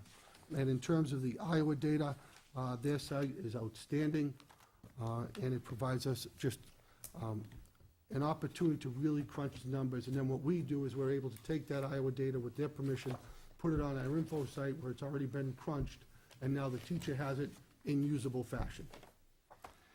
The other $3,000 that make up that account, we have $1,000, we call it work sessions for curriculum work. If we were, right now, if the board was to encounter a curriculum concern and say, we want you to investigate A, this is where the funding would be for A. So some years this account is actually overdrawn, and some years it doesn't get touched. We also support the art annual. As you know, in Londonderry, we value all the talents of our children. The art annual is put together by our art teachers, and they produce a booklet that represents our students' work, so we supplement a piece of the cost. They do a number of fundraisers to make that become a reality. And then in our elementary schools, we have $500 allocated to each of the buildings for their literacy components. The third and final area that makes up the curriculum budget is the extending learning opportunities. This is budgeted $9,500. It is also level funded. Number one, it supports supplies for summer enrichment.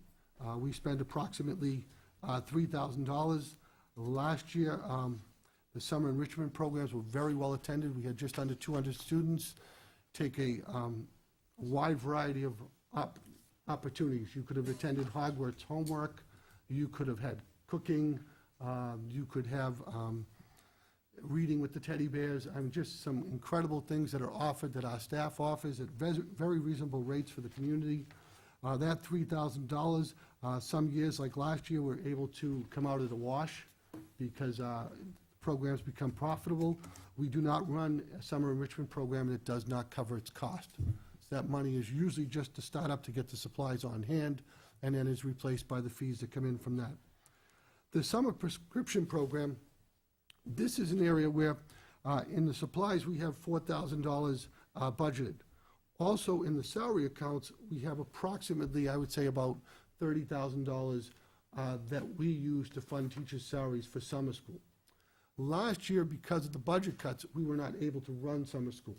We put it on hold. We took a look at that program. We used it as an opportunity to really look at what we're doing. And what we have started internally, and I will come back to the board in the spring and kind of make a recommendation, summer school versus what I would call timely interventions. At each of our elementary schools, they are now using that funding to provide after-school tutoring. We waited till after the first quarter was done. Teachers now have a wealth of knowledge on the students. We're looking at small group interventions. And what we're really trying to determine is the intervention better suited right there at the point of need?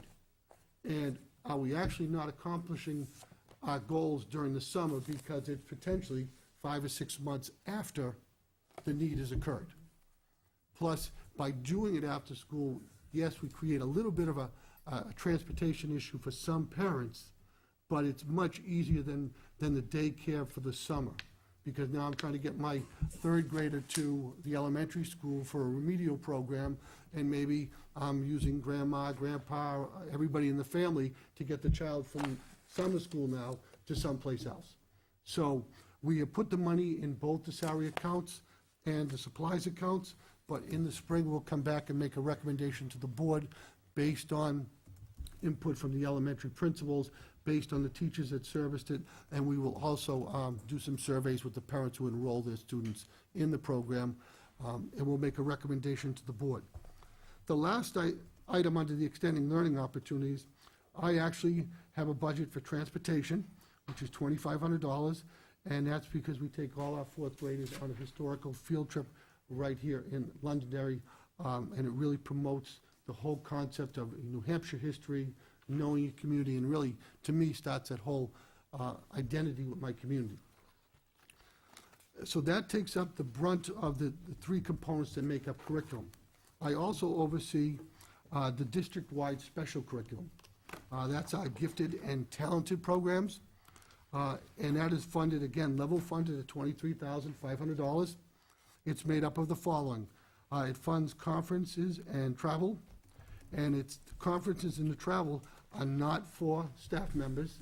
It's for the Destination Imagination teams. We help support them. We help find judges, provide the training, and assist the teams when they make to the globals. And we've been very, very successful there. And we have, I want to say it's almost 15 teams going on at the elementary schools this year. The number just continues to grow. We have gifted and talented supplies. That's budgeted at our elementary schools of $6,000, and that provides instructional resources for all our elementary special curriculum programs. So that's key, that's pull-out math, all their supplies come through there. It also allows us to purchase, again, consumables. The two major things are the Allstat and the TOMAGS tests. Those are tests given to gifted and talented students for entry into the program, and as well as to monitor progress. And they are used as the key elements for the math and key program screenings. The gifted and talented supplies at the middle school, these are funds utilized to purchase books, material, resources, kits for in-class and pull-out enrichment. The model used at the middle school is twofold. I could be in the gifted and talented math or language arts program where I'm literally taking my class with that instructor. But I can also be in the advanced studies program where I happen to be a very good math student on this particular topic. My teacher realizes it, contacts my parents and says, I'd like to, for the next 3 or 4 weeks, recommend Andy for advanced studies. So instead of going to math, I'm going to the advanced studies room where a curriculum has been put together to challenge me and peers that are on the same plateau as me at the appropriate time. That model has been going on for a number of years, and I think it really has produced some great results. The last part is the dues and fees. It's level funded at $5,000. And again, they support the membership for the DI teams. We enter the American Math Competition, the Math Olympiad, the Thinking Cap Quiz Bowl, the National Geographic registration, and our spelling bees. So that's for each building across the year. So it's a number of competitions. But again, those are some of the extras that our students thrive on.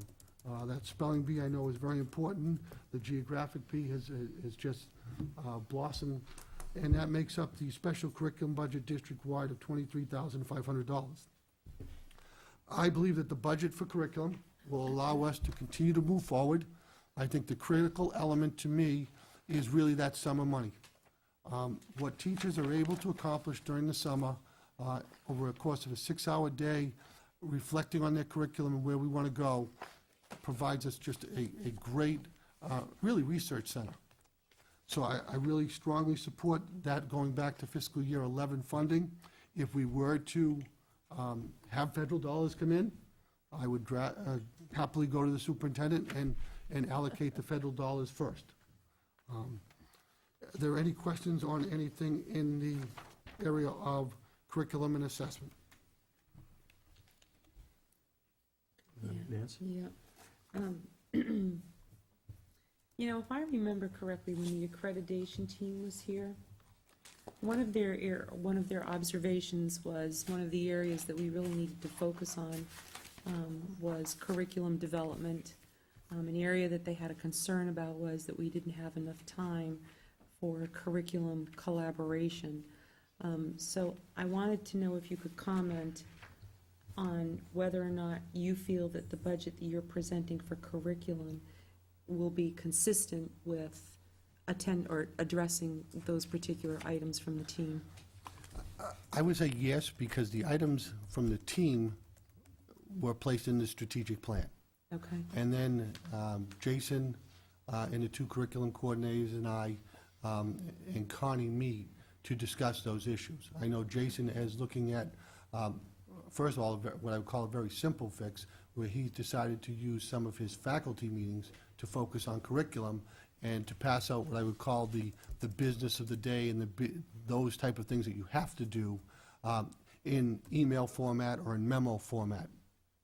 And they are looking at a number of opportunities of what is the best way to collaborate, because you have a very large school. To facilitate that, the middle school is a little further along in their professional learning communities. I would say the elementary's got the lead. Behind them by 6 months to a year is the middle school, and the middle school has gone to an online blog, and they are piloting that. And again, that was developed by Tom Kramer. And what that allows them to do is now we can have the 12 math teachers at the middle school who maybe don't have the same periods off Right. participate in a curriculum discussion.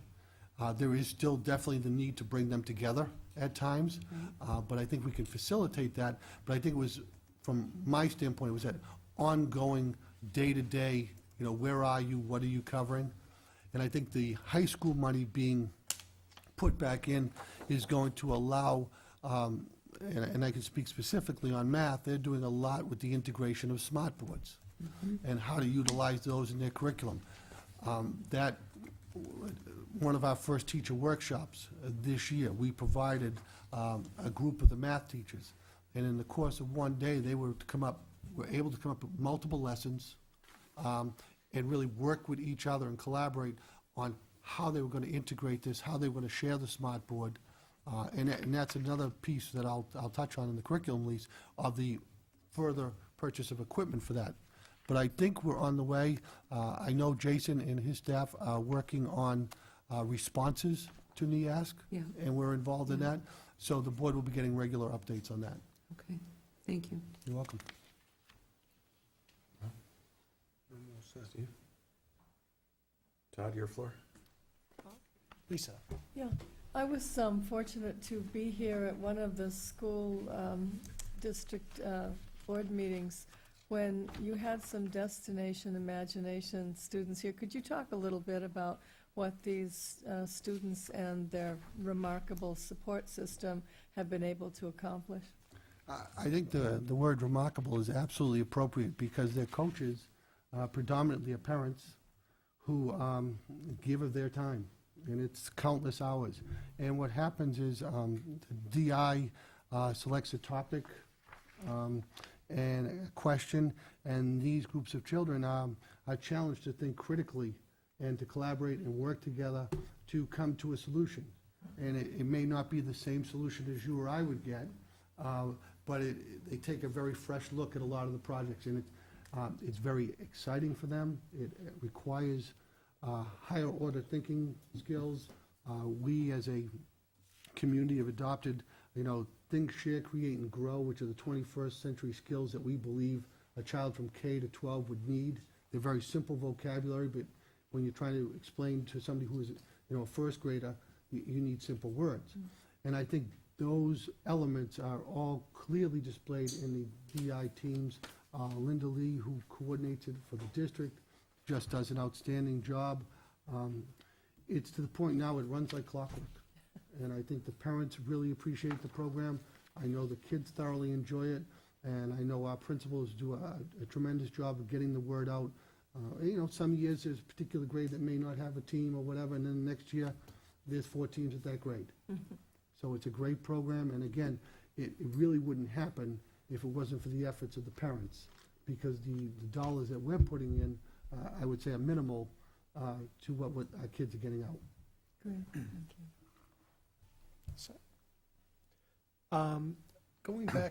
Going back to improvement of instruction, just a couple of items I picked up on. The last year actuals, I'm looking at page 518. Looking at the line item for purchase instruction improvement versus in the general supply line. I had noticed that last year actuals on purchase and instruction was 8357 and change. This year you're proposing 5,000. And the supply general line, last year actual was 1920 and change versus you're proposing $8,854. And I'm just wondering, just when we see disparities like that, is that based on, and I imagine it would be, based on the actual projections of what you think the reality is going to be in that these are contractual obligations.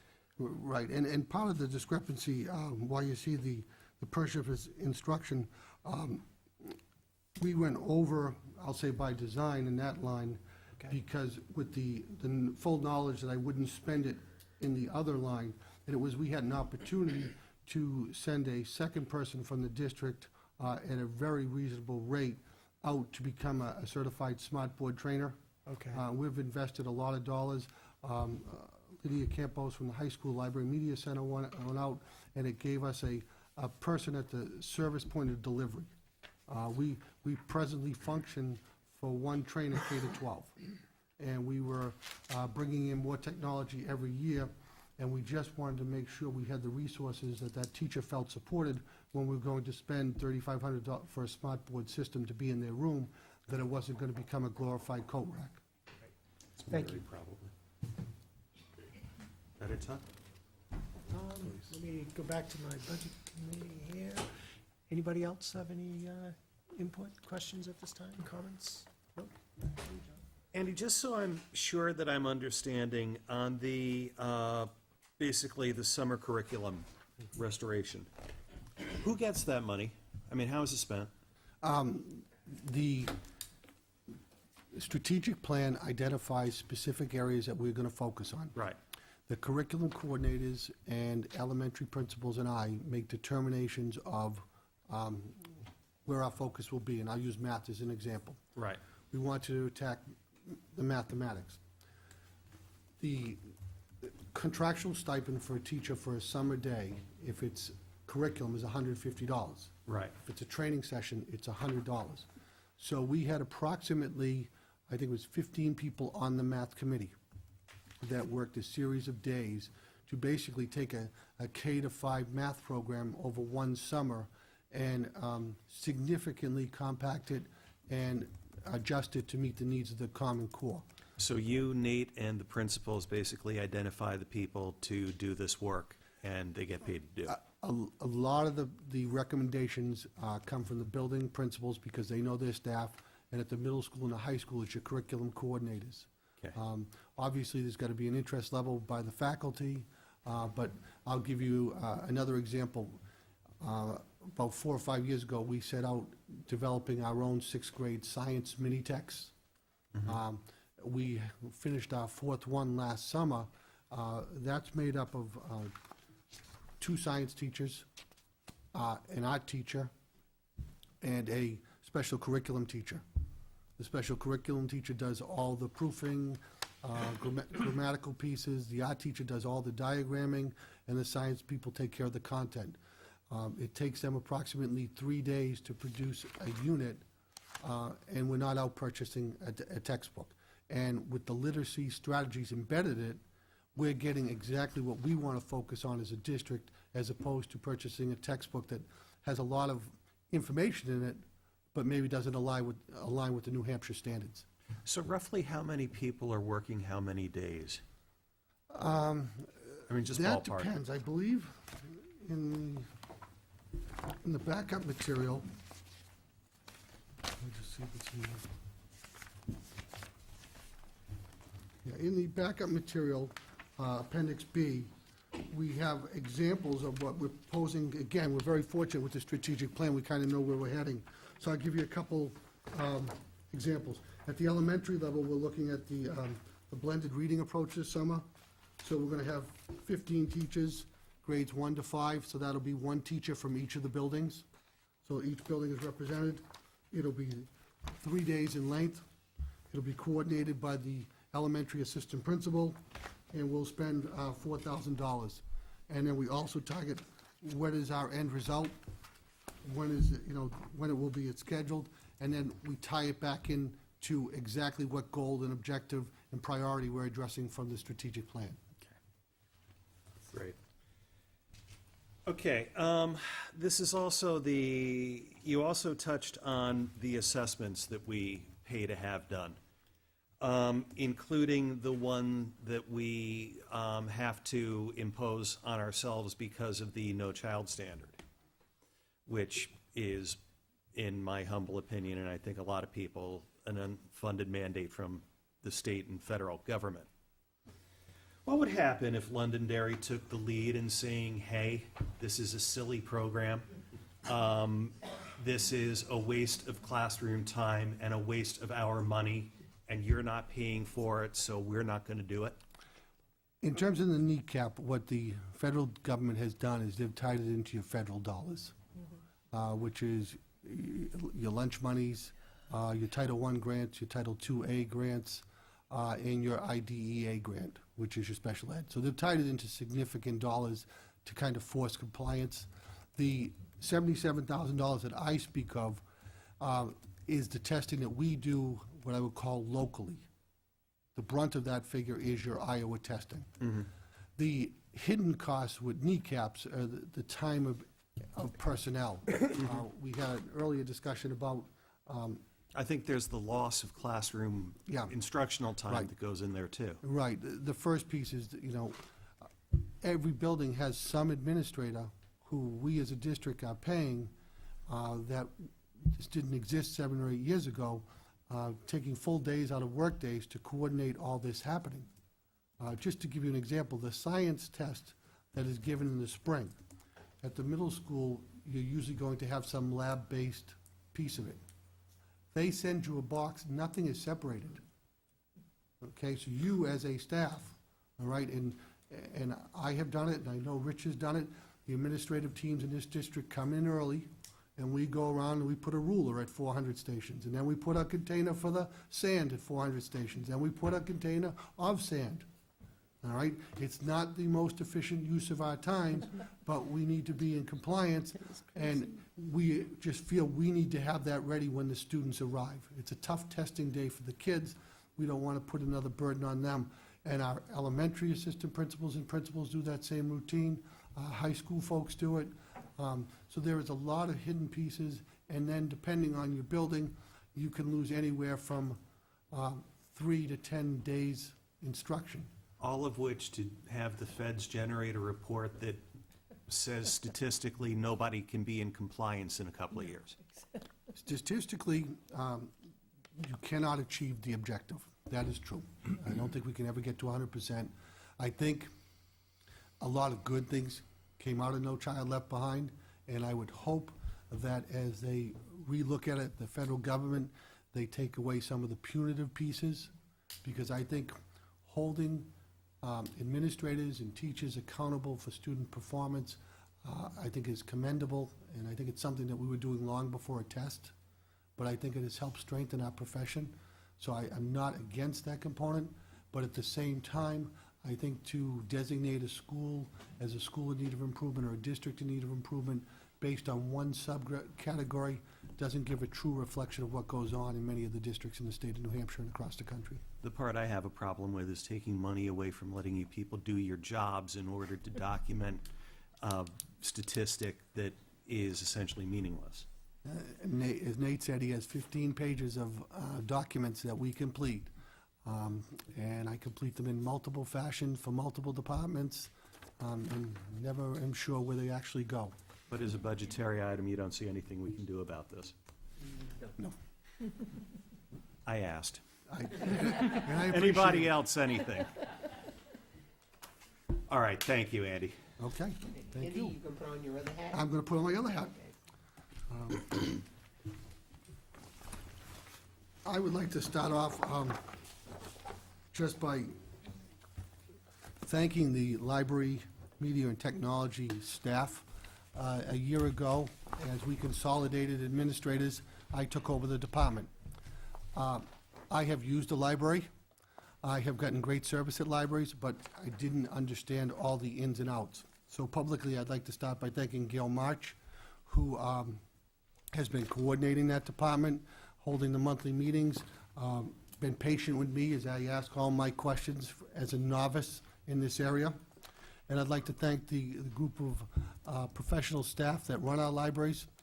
We have been working very diligently to take the library into a more integrated setting. This was something that started before me, and this group of professionals has done just a tremendous job. Our libraries now are dynamic places that service all our students from the LEAP program up to grade 12. Many of the services that we have built in at the elementary schools are the foundational pieces so that we're able to do some incredible research and things at the high school level. I think, you know, we often have, last year we had the kids come and present senior projects. I think there were some remarkable things that were done by our students. I don't know if they would be of the same outstanding quality if it wasn't for, you know, the second grade research project. You know, the fourth grade integration of technology. And all of that starts in our libraries. It also starts with, you know, storybooks and showing our young readers how to use a library. Next week, I actually have on the board schedule, the Library Media Center staff will be here to show you a presentation of where they're moving to and where they're moving forward. And out of it, what I took away was actually one of our graduates who concludes the DVD, and her comments centered around, she never realized how much of college was going to be the use of all the databases and things that are housed in the library. But she felt she was leaps and bounds ahead of her peers because of all the training she had received throughout the system here. So I really want to commend them and thank them. I think when you see their presentation next week, you'll see what I mean by the evolution of libraries, especially in school systems. From the budget standpoint, in fiscal year 12, we are working off a budget of $199,990. For fiscal year 13, we're proposing a library budget of $205,500. And again, I have broken this down into what I'll call, or what I feel is significant categories. And again, I want to thank the ladies behind me who were kind enough to attend again tonight and to help me put this together. The first one is what I called our regular education programming, and this is budgeted at $28,450, which is an increase of $3,500. The bulk of this is $24,000, which includes all the annual renewals for seat licenses, network subscriptions such as Inspiration, Kidspiration, all the interactive software that goes with the smart boards. Math departments are using a wealth of software with these boards, and that's all covered in this area. It also includes a significant portion of special ed software. If Kim has a student move in tomorrow, and we need something in the software department, it's going to come out of this budget. Things like Dragon Speak that we're using with a number of kids, Board Maker and Natural Reader, some of the titles that are included in this money. Also in this regular ed programming, we spend $2,000, which gives us the ability for movie licensing. A teacher can come to the library, maybe it's something that they want to show in their classes. The librarians assist them to make sure that we have the licensing to allow that to happen. We use a wealth of educational titles, and this really, for the $2,000 fee, I think is a really good bargain. And then also in this line, we have $2,000 that is budgeted in there for supplies for the curriculum labs and the mobile labs. I think one of the things that is happening that we had intended last year when we started to make this switch is Sean Coe in IT and I collaborate on a daily basis. And we continue to focus in and continue to merge things. And actually, we'll be speaking to the board next Tuesday night about a proposal for further integration and some of the things we would like to look at. So that makes up to $28,450 in those three areas. The bulk of the library media services, in terms of dollars, is made up of $167,650, which is $2,700 over last year's budget. And I'd like to break that down for the board. In the area of materials, we spend $118,341. We have an outstanding collection across the district in terms of books, and we're moving more and more to other forms of content. And across the district, we're spending $50,012, which really is about $10 per pupil. And our libraries are current, they have outstanding collections, and whatever we don't have, because of our agreement with the town, we're able to access across New Hampshire and get the resources for our children. One area that has grown over the last few years is the online resources and subscriptions. This is really growing, and this is an area that I'm learning needs to continue to grow, because more and more this is an expectation at the college level. Less and less is going to be done in the old format of books, and it's much more of the subscriptions you belong to. So we're spending $39,829 across the district, which comes out to about $8 per child. Reference material, again, having observed an elementary library class this year, there is still a need, and I think we can't forget this, for the atlas, the encyclopedia, and the integration of the computer. I saw Marie Parker down at Knott School do a wonderful lesson with, believe it or not, third graders. And, you know, watching, she was using a document camera to utilize the atlas. She had some children working on the internet, and she was teaching them what was the best tool to find the information. And of course, in the third grade, everybody thought it would be the computer. But in some instances, the atlas and actually the encyclopedia got them to the information much quicker once they utilized it. Now, we all realize everything is heading towards that, but as a veteran, it was really exciting to see and watch the dynamics of these three groups of children interacting and finding the same knowledge in different ways, and then having to think through which was the best way to gather that knowledge. Periodicals, again, this is all our magazine subscriptions, anything of that nature, newspapers, anything that a teacher may request in terms of support for the curriculum. All those periodicals, we will spend $9,000 across the district. Audio, visual, CDs and DVDs, $4,300. And then we support WLLO and Leo 21 with $2,500, which makes up the $118,341 that is spent in library materials for 4,848 students K to 12. We do have a few requests for new equipment. It totals $2,380. We're asking for a data projector, 3 document cameras, The document cameras at the elementary levels, in many ways, for certain content areas, are the equivalent to having a smart board at a much more cost-effective rate. You're able to take any object, I could take a textbook, and automatically it's on the screen. And then on that screen, I can manipulate it. And then the kindergarten has asked for a digital camera. They do an awful lot of different activities with kids, and they're just looking to expand their collection on that. Replacement equipment is, we do an outstanding job as a library department. One of our roles is to inventory everything. A piece of software, a piece of equipment doesn't get out to the faculty unless it's gone through the library to be logged. They constantly are doing the inventory and are responsible for the inventory so that we know what software we own, what programs, all of those type of pieces of equipment. So we're looking to replace 12 data projectors. Those are, all of them are in the somewhere between 8 and 12 years old. 4 digital cameras. We are requesting a digital camera for the yearbook. That's a $1,500 item. It's very specific to the yearbook, which is a class now in our curriculum. We, at the middle school, about, I want to say at least 4 years ago, we purchased MP3 players.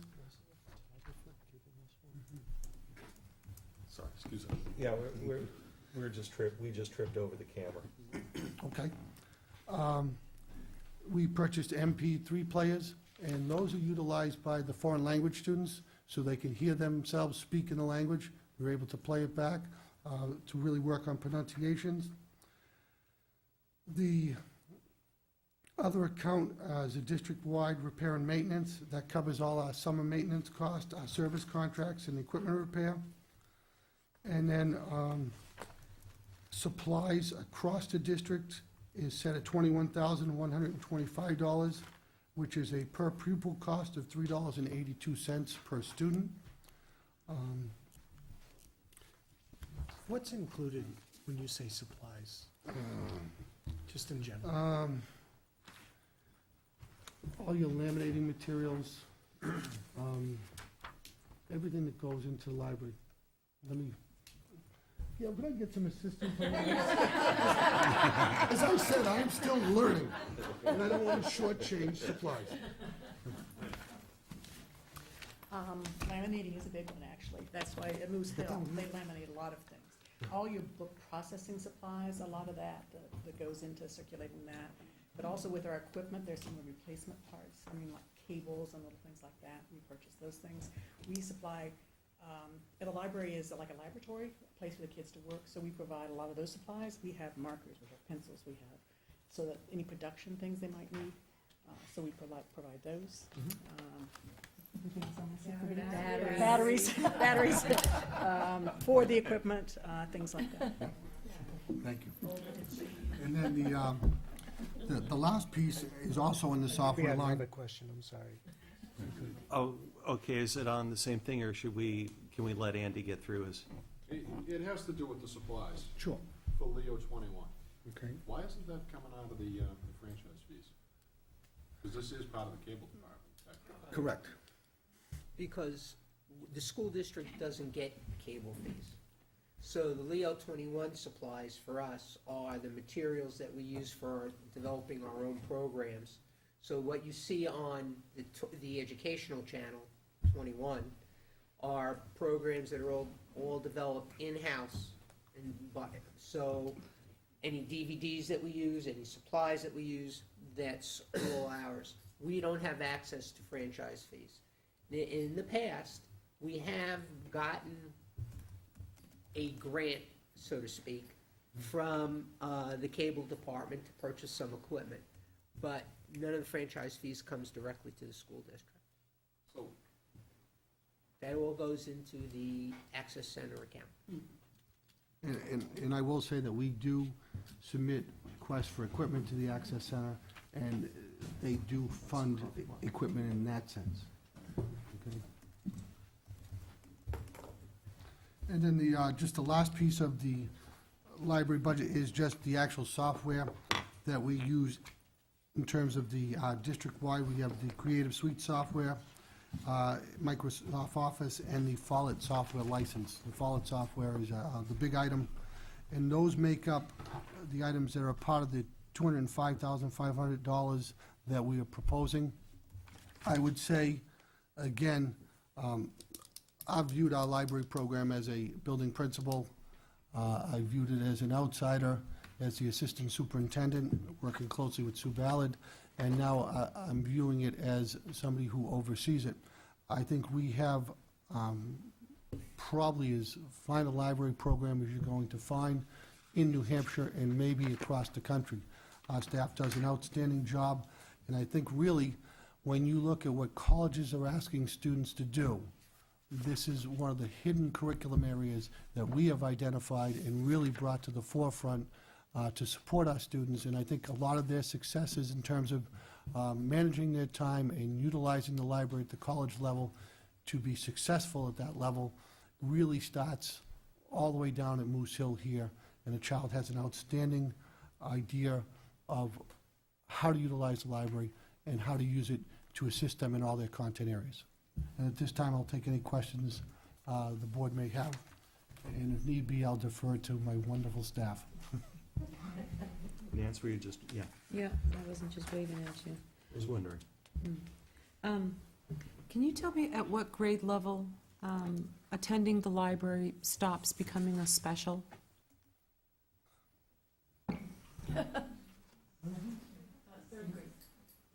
Third grade. Third grade. They do still visit the library, but not on a weekly basis. Okay.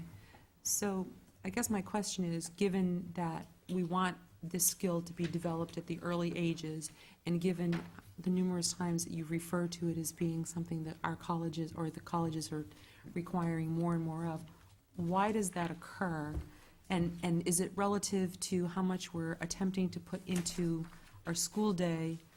And do they not, are they not required, the students are not required to attend the library in the middle school and high school levels? Talk to me. What I think changes is what Nate was talking about earlier. At the fourth grade, you're going to start your assured research experience, where you have a design project with your classroom teacher who's going to collaborate with the librarian. Yeah. And so you're utilizing the library, but it's part of your curriculum now. At the middle school, grades 6, 7, 8, you're going to do a personal project. That personal project is designed to kind of force you to access all the components of the library. There are scheduled appointments where the teacher is bringing their students down, but it's not library time. They're coming down, they're looking for their essential question.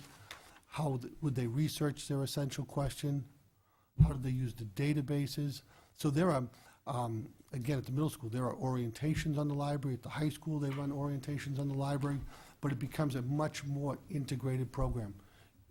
I'll give you a recent example at the high school. I can't recall the class, but they worked with the librarians through the use of Google Documents. Thank you. The AP government class. And they went through a whole simulated election campaign where they had to do online videos about their candidates, what party they were from, and there was this regular meetings of what I would call subgroups. So it becomes much more of a genuine curriculum experience where the library is integrated, because I really think that's what you're looking at when you get to your college level. You're not looking at going in and just using the library. You're using the library and its resources to assist you in the content area. Okay, so your perspective is that the students are still required to be in the library, but for different reasons. Correct. It's not like it's Tuesday, so Mr. Corey's class Right. goes down to the library. It's Mr. Corey's class is doing this specific project, and I've scheduled actually maybe Tuesday, Wednesday, Thursday of this week to go in and work with the professionals in the library media end of things. Okay. Just to pick up on what Andy said, for instance, library media specialists will be meeting with the classroom teachers. So they're working on a unit, just like the AP government unit. So they're collaborating on it, what resources, what strategies, what techniques, what instruction can the library media specialists offer for that. particular activity, how can they assist in developing the resources for it? So it becomes a collaborative approach focused on units or projects as we go forward to assist. And then, of course, if you've ever been up to the high school library, it's packed all the time with Yep. kids doing individual research projects, as well as group research projects. Okay, so my next question is, if the library stops being a special at the third grade level, can you comment about the curriculum for the fourth and fifth grade, if they're not required to go to the library to do whatever? I'm not sure if I, Okay, if they're, no, I mean, come on up, yeah, oh, absolutely. yeah, Yeah, so up until third grade, the students go to the library as a special on Tuesday afternoon, and they go to the library, they choose their books, they interact with you, and then at fourth and fifth grade, they're not required to go to the library, so I want to know what they do when they go to the library. Okay. In third grade, they start to learn the online catalog and how to access it. So whereas it may not be a regular time every week, I actually, at South School, encourage them to come every week because I think the library skills are very essential. I agree. And in order to keep up with it, you've got to keep doing it. Right. So I encourage all the classes on a flexible schedule basis to get down to the library, even if the kids are in small groups with a time pass or whatever, to come and use the online catalog and exchange their books. So that being said, I developed a series of 4 Destiny lessons. So each third grade, sometime throughout their third grade year, will come down all together as a class Yep. and get that instruction. So by the time they are finished with third grade, they know how to access the online catalog and can go from start to finish, walking in the library, finding the book they want on the library shelves and checking it out, without assistance if they needed to. Sure. The benchmark states that they be able to do that with assistance. We take it one step further and actually try and get them to do it without assistance. So in fourth and fifth grade, they do have, each class is responsible for a research project, and that's where we collaborate with each classroom teacher in the content area. At South School, it's New Hampshire famous people or New Hampshire animals or mammals. And in the fifth grade, it's explorers of North America and biomes or habitats.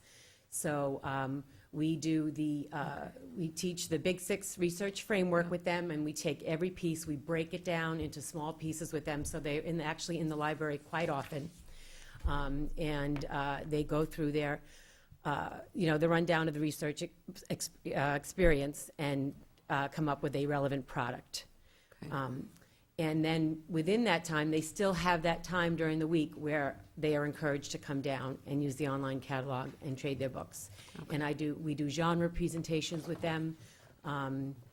The kneecaps do talk about the various genre of literature that's out there, so we do go over fantasy fiction, folk tales, and Okay, just so in addition to the research projects that they're doing at the fourth and fifth grade level, they're still being encouraged to take books out of the library? absolutely. Okay. Yeah.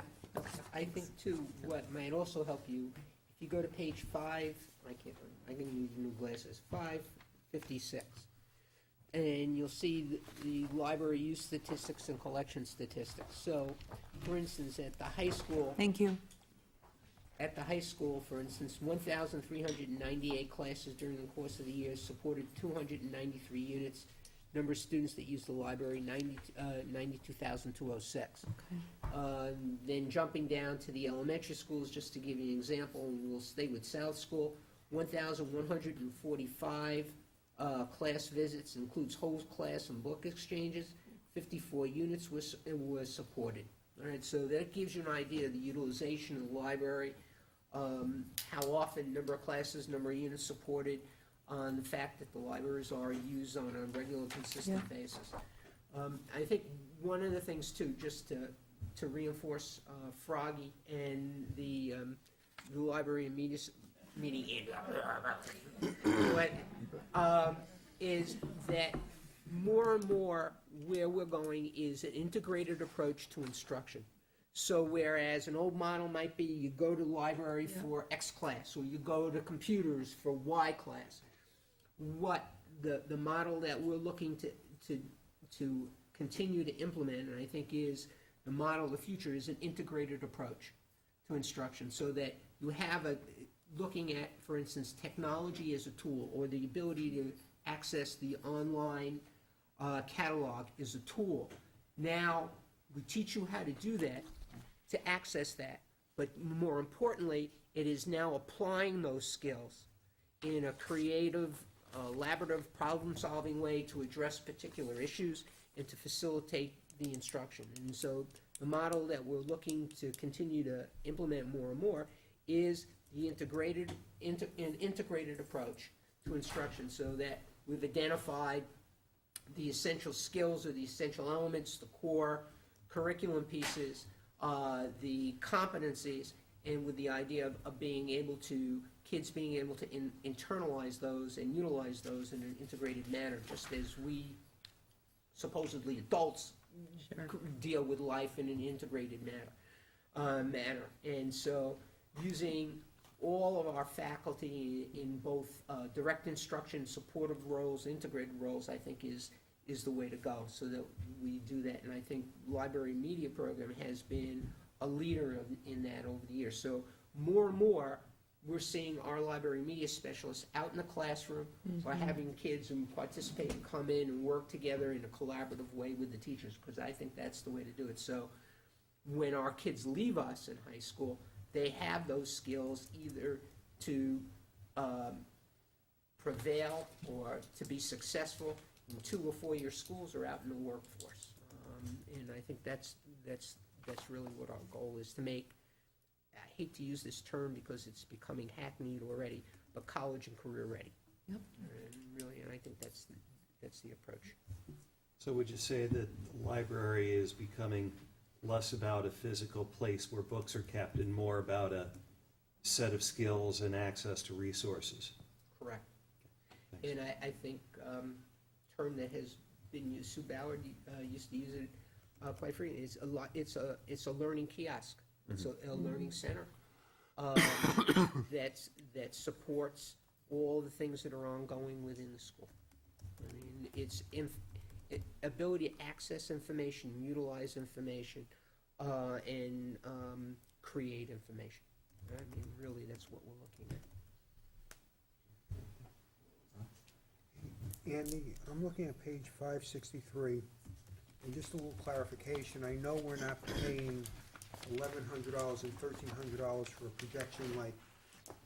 How many are there, or what do we pay for the price of those things? Over here you have one at $1,300, one at $1,100. I know those prices, and what are we paying for bulbs?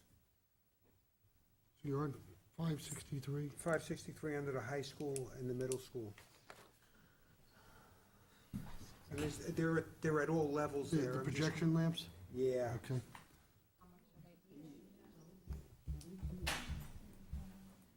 What's the average price? Is it, They range $250, our oldest projectors have the most expensive bulbs, they're as high as $350 a piece. The newer projectors have less expensive bulbs. So it's not one bulb at $1,300, I think that's just the way we okay, I guess the question I have is, at one point, if we start replacing bulbs at $300, how much is a new projector cost? Yeah. Half that. That's part of the, we have a 5-year replacement plan, and that's one of the things we take into consideration. There's a certain point where you replace it, you don't replace the bulb. What was said is that at some point, it's not cost-effective to replace the bulb, and that's, in the cycle, we replace it. So you're looking at, in some instances, the projection lamps, I mean, that could be 4 or 5 bulbs. I guess what I'm asking is, based on your comments, Gail, what are the most expensive bulbs that we're replacing in this cycle? Is it cost effective for us to spend an extra couple of $100 and buy a new projector? I think they're in here for $600. Yes. We're balancing, yes. But if you're spending $350 right now for a bulb in this year, why am I spending $350 for a bulb and not just putting an extra couple of $100 and buying a new one? Equipment, or is that, I don't know. Yeah, I think we would certainly, I think what you're proposing is an excellent idea, and that what I think we were going to do is we'll go back, take a look at how many bulbs we're buying and whether or not we can shift some accounts so that we could, instead of buying a $350 bulb, purchase a $600 computer. Obviously, it would be a shift from supply to the equipment, but that's an excellent point, and we'd be delighted to be able to come back with it. I think the other question is, is it multiple machines and multiple bulbs, or is it one machine with multiple bulbs? So, for instance, if we're spending $600 or $700 over the course of a year for bulbs for a unit, that's a no-brainer, right? Correct. Usually the life, we project, a life of a projector would be 7 to 8 years. Most of them, we retire with a very dim bulb. I'm saying the bulb has not expired yet, but we replace it because it is cheaper to replace the projector than that bulb. Occasionally, though, you have one that burns out after 2 years, and that's when we replace it. We have in the past replaced it because we haven't bought another projector in that. Has that been But equipment is this versus supply? a projector like I'm looking at up here? Mhm. So, I mean, from a technology cost perspective, technology drops, so, it's almost like the projector could be somewhat like a couple $100 and get an HD blah, blah, blah, right? Not yet. Not Right, yet. or Not we yet, could- okay, but I mean, We could send them to Walmart on Black Friday to get some really good TVs. Only if you have pepper send spray. Andy with mace.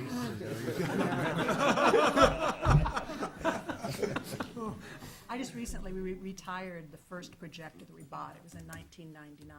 So, it depends how Yeah, long the okay. bulb is going to last.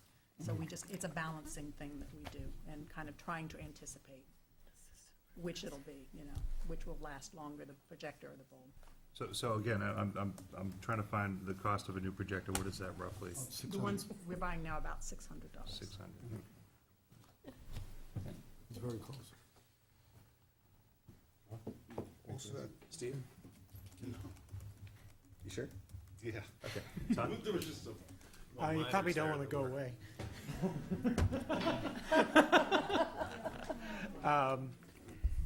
I want to pull that thread a bit that my fellow Budget Committee member, Rich Dillon, mentioned earlier regarding the supplies related to the cable access location. Do we have a sense, and I believe it's a subset of the 21,125, if I remember, do we have an idea about exactly how much is affiliated with supplying the students for use of the cable access center? In other words, supplies specific to that access center. And I know it's not a large dollar amount. It's more a matter of principle in my mind.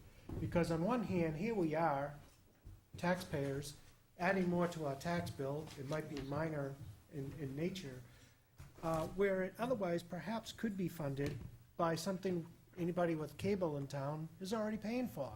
And, oh, by the way, on the town side of the budget, if I remember correctly, there was a bit of a surplus from their cable access fees that they were fighting over as to how to fund another person or not. And then over and above that, the town was taking some of those excess fees and putting it into a general fund or undesignated fund balance. I think Nate has a lot to say so- about this, actually. So my question is, A, has anybody asked the town, and I imagine yes, is the answer. B, I can imagine what the response was. But as a taxpayer representative here, if we have a way to fund this, supplies to be used in the very public cable access center that is for the public, and last time I checked, anybody in the school district is part of our public, to me, it should be funded by a portion, in a minor portion, I might add, out of this cable access fee. I'm just curious if this has been pursued, and it got nowhere in a hurry, did it? Or- We've, well, no, historically, I mean, just to bring up one partnership that we did do, we were looking to outfit more meeting rooms. And the cable studio actually funded the cameras and the robotic setup that you see rolled into town meetings and other meetings in the cafeteria, in the small auditorium at the high school in the, what's the room number? 221. 221, which is used as a small auditorium, and the music room. So these assets are on the school's books. Yes. Yeah, and that was funded, and I believe that was about an $80,000 project at the time. So there have been times, I'm not saying, that was a big one, but yeah, there's not What much. has happened over the last 4 or 5 years, we have gotten a grant from the town to purchase audiovisual equipment, which came out of the cable fund. Oh, okay. Right, Okay, to do good, that. good. So, Yeah, but how much was that grant? It's usually about 8 to 10,000. It's about seven, yeah. somewhere in that neighborhood. The supply stuff, what you see in Andy's budget for the supplies are the things that are directly linked to Channel 21. So the supplies and materials for all those programs which we fund. There is another account in the high school budget for our video production program, which is housed over at the cable studio. Okay. That's all school district funds because it's the educational program. Okay. So in one sense, we have gotten some money from them, which obviously comes out of the cable fee. Could we make use of additional funds if they were to come to us? Certainly the answer to that is yes, too. But, give the devil its due, we have been getting a grant on a yearly basis to purchase some equipment, which we use for Leo 21 and/or for the video production program. You understand my concern? My Right. concern was clearly if we have specific items Yes. specifically used in the cable studio, Right. and that's coming out of the school budget, our taxes, an increase in our taxes, where otherwise we're already paying for the use of that studio through a cable access fee. I don't want to have to go over here and raise money over on this side from a taxpayer when it's already potentially covered through a Correct. cable Yeah. access fee. Potentially, that's my concern. Yeah, and most recently, they've been great. Many of our TV monitors at many of our buildings are old analog, and they worked with us very closely to get all the upgraded. They're still coming in so that all our TVs can be upgraded through those little boxes that you have to add. And in buildings like the high school, we're using some different solutions to the problem. So they're pretty much there, a phone call away, and have been very helpful with a number of issues. Super. I wasn't getting that warm and fuzzy. Now I'm feeling a little bit. Okay. Feeling the love, Todd? It's not a mink coat, more like a fleece jacket. That was the point. Okay. Right, if it's paid for through Todd's guy done? Todd's guy done? I want to say that over here. It's still a conversation. We done? Okay. Todd, anything else from your group? I think we're. The only thing I had to say was, me personally, I don't want to touch a $1,500 camera. If we're gonna have our 16-year-olds holding it at a football game, I hope we're getting the extended warranty on it. Okay, well, it's for the yearbook. Okay.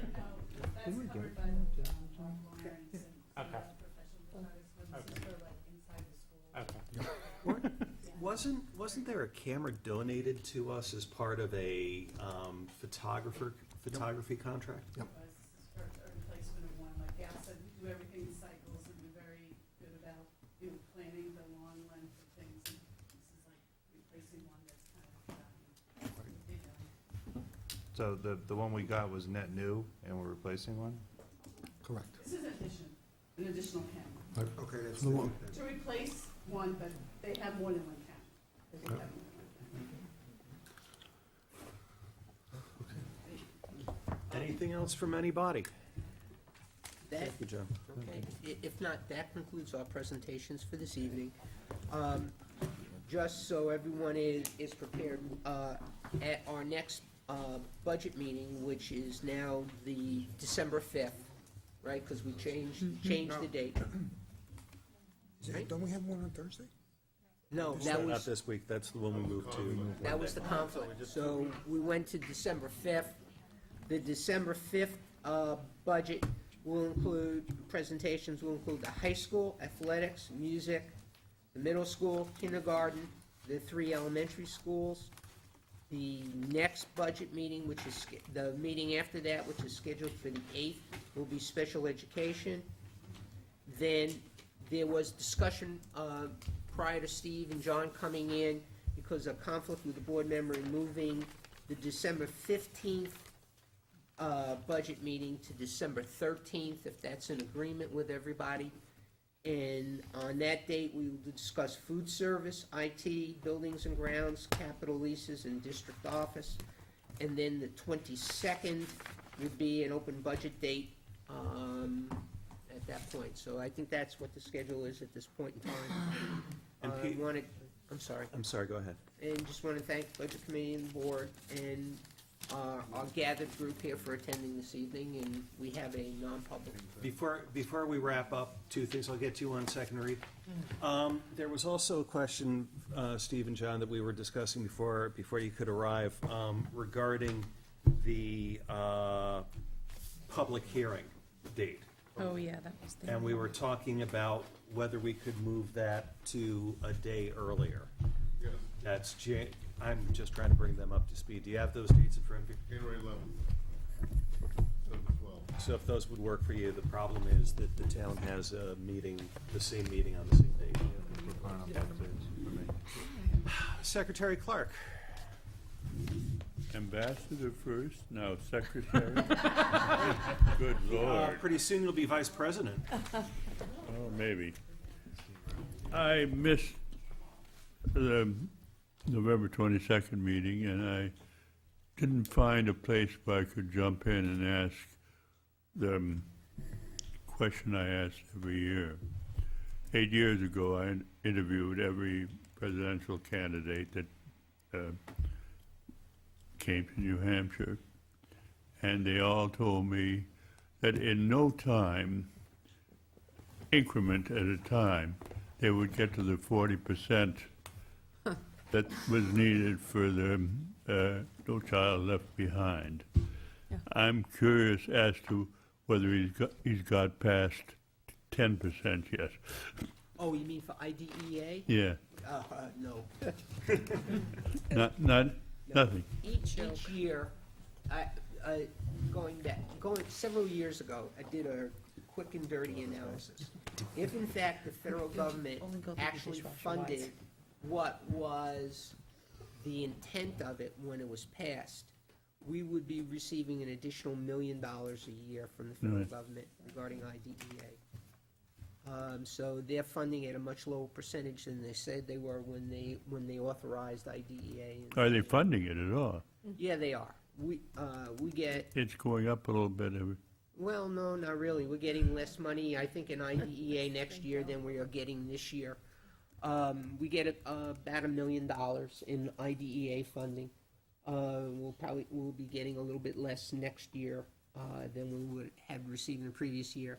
If the world was fair and the government funded what they said they were going to be funded, we would be getting $2 million in change from IDEA, and that's not going to happen ever, ever you ever. write a letter to the secretary? Well, I thought you had him on speed dial. All right, there's a request for a non-public session under RSA 91:A:3, Section 2A. Is there a motion? Second. This is a roll call vote. Motion was by Nancy, second by Ron. All those in favor, please say aye. Aye, John Robinson. Thank you. We're in non-public. See you all next time.